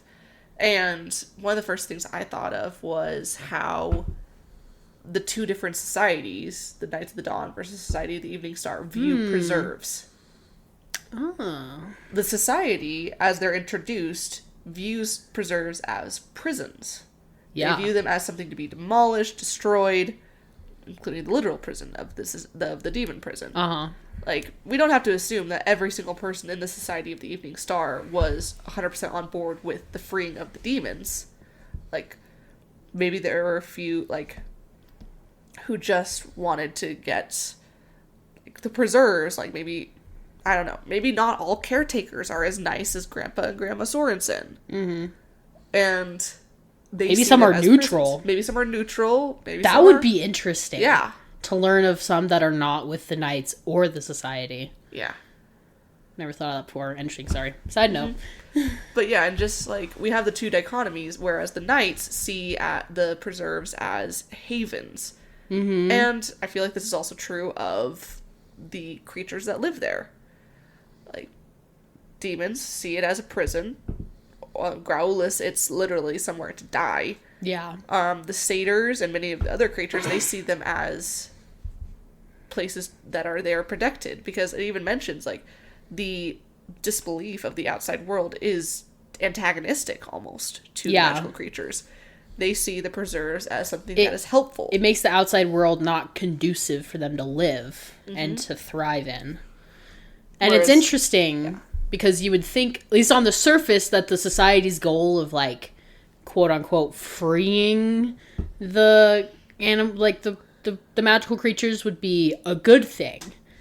But when you think about it in reality, like, obviously opening the demon prison isn't a good thing, but I don't know, just like this idea of, like, giving freedom back to them, you know, like, fighting for this cause could seem good, I guess, on the outside. But if you kind of look underneath and see how they operate, you see that do not have good intentions. Mm-hmm. They're very in the shadows, you know, secretive, and will stop at nothing. Yes, indeed. Why does he say this again? Well, why does Agate say this? He's remarking on the fact that, like, he's enjoying the company of the people around him so much. Oh, okay. Like, hang on. I got it. Maybe it's not in here. When does he say it? Is it when they're talking about Morrisont?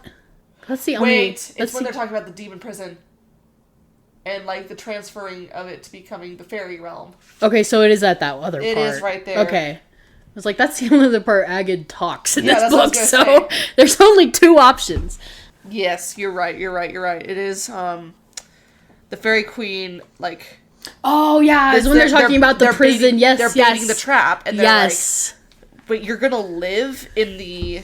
And you're gonna live in the old demon... Okay, yeah, read that part. Okay, read it. Yes. Okay. We will inherit a new home, the fairy queen said regarding Agate. I will remove the bindings placed on Zizix, Agate said. There is actually 3 times the space inside of Zizix as you had in your former kingdom.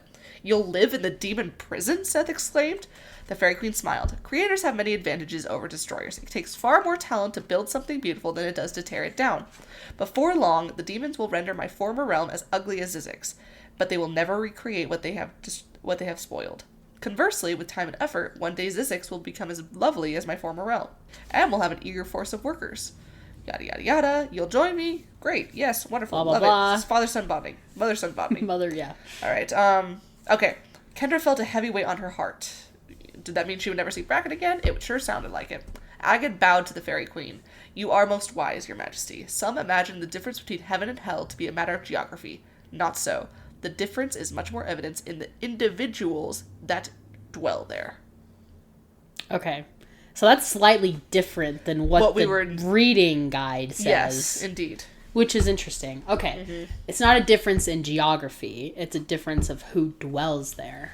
Yeah. That's such a good quote. Yes. Is hell necessarily, like... Is hell because of the fire and brimstone? Because of the place, yeah. Because of, like... you are sent to damnation where there shall be wailing and gnashing of teeth, yada yada yada. Is that why it's hell? Or is it hell because that is where the murderers, terrible people... Or not even just that, like, the miserable people. Yes, like that word. And, like, is heaven because of angels and white and robes and harps? And, yeah, harps. And little that cherubim. Sounds hella boring to me.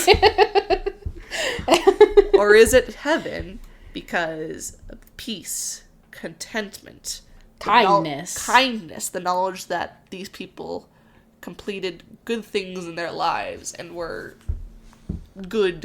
just good people? Because, I mean, going back to Bracken being in prison, he talks vaguely about bad and, like, things, but he doesn't feel hopeless. Mm-hmm. Which I feel like a lot of other people would feel hopeless after being there for hundreds of years, you know, stuck despite having tried to escape and, you know, whatever. Mm-hmm. Because that's just the kind of person he is. Yes. The resilience. No wonder they work together. Kindred spirits. Yeah, no, I think it's interesting thinking about, like, the demon prison and the fairy realm and how the fairy queen's like, yes, they'll take what was my realm and destroy it and make it just as ugly and, you know, bad as the former demon prison was. But we can take what the former demon prison was and create something beautiful out of it. Mm-hmm. You know? Yeah, I think it also just has to do with, like... I was thinking, like, going back, I think this question makes it a lot more abstract, you know? Of, like, you can make your own personal hell because, like, who lives there, but, like, also how you act. Mm-hmm. And, like, what you put out in the world, you know? If you are constantly miserable and, like, making yourself miserable with what you're thinking, how you're acting, how you're feeling, you know? Like, there are things that you can't control, but what you can control really can determine, like, your outlook on life. And I think that's kind of what he's getting at. Yeah. It makes me think of a quote from Harry Potter. In the first book, when Dumbledore and Harry are talking about the Mirror of Erised, and Dumbledore is trying to clue Harry in on how it works, he says the happiest man in the world would look into this mirror and see only himself. Now, being the happiest man in the world doesn't necessarily mean that he has everything he could ever, like, everything in the world, he's rich, he's successful. It doesn't necessarily mean that. It just means that he's happy. It just means there's nothing else he further desires. He doesn't need anything more because he's already happy. Mm-hmm. And so, I don't think I ever really saw it like that as a kid. I was like, oh, the happiest man in the world. It's really deep. He's probably rich and successful, and, like, he has all these things. I'm head boy. Yes, exactly. Like, even if, like, this person had all those things, if they weren't happy, like, it's the plot of A Christmas Carol, basically. Scrooge is a Scrooge because even though he's rich and successful, he doesn't have that Christmas spirit in him.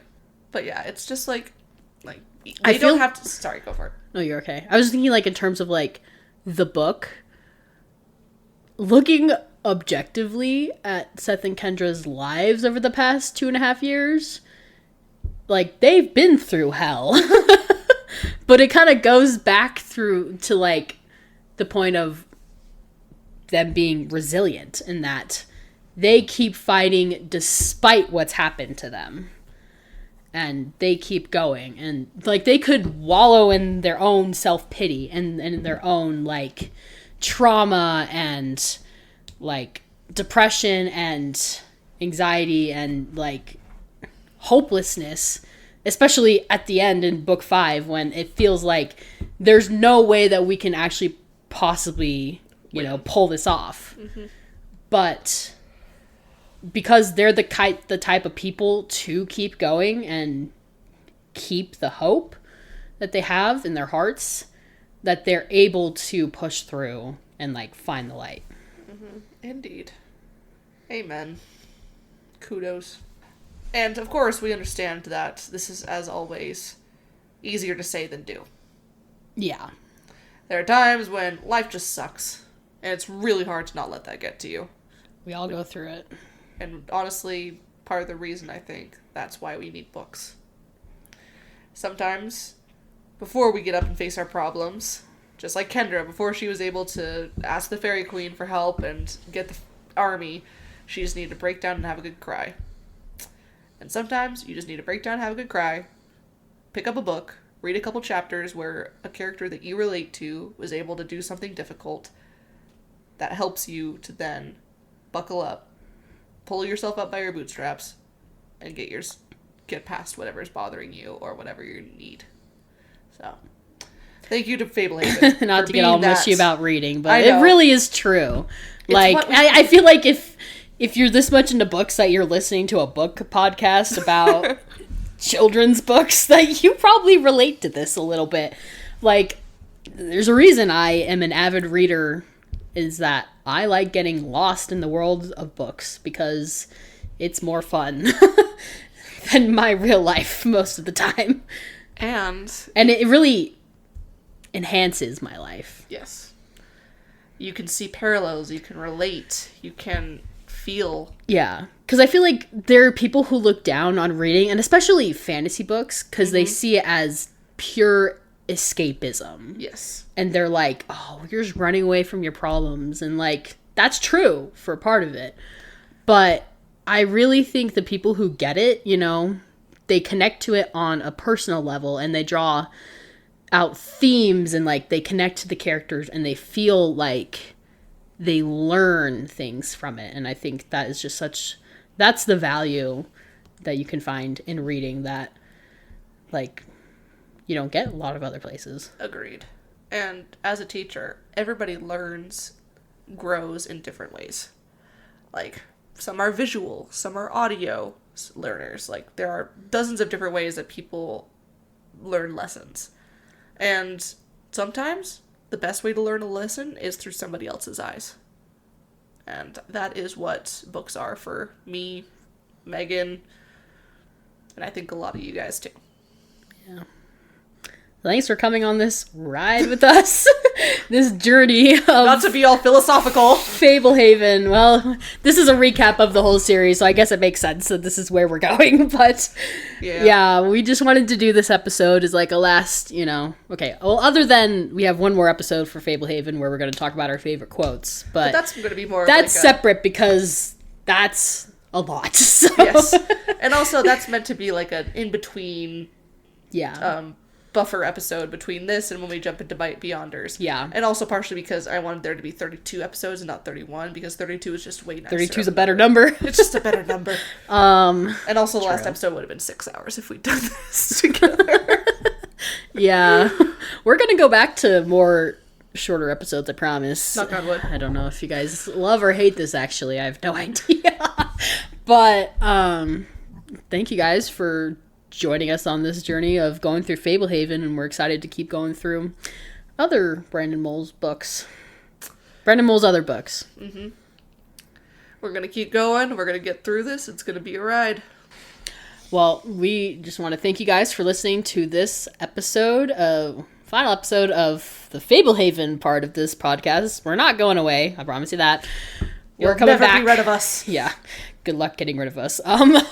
But thank you guys so much for listening to the Knights of the Dawn podcast. As always, if you want to leave a comment on our YouTube or email us, you can email us at knightsofthedawnpodcast@gmail.com. Leave a like, ask us a question, whatever you want to do. And please just share this podcast with a friend or family member, anyone you know that reads Brandon Mole's books. We're trying to build a community. We're getting excited for the upcoming movie in under 2 years now. If you haven't, go follow Fablehaven Film, yeah. Fablehaven Film on Instagram. They're posting. They're being pretty active on Instagram, posting a lot. But I think that wraps this up for this episode. So until next time, I'm Megan. And I'm Jessica. See ya. And for the last time, drink the milk.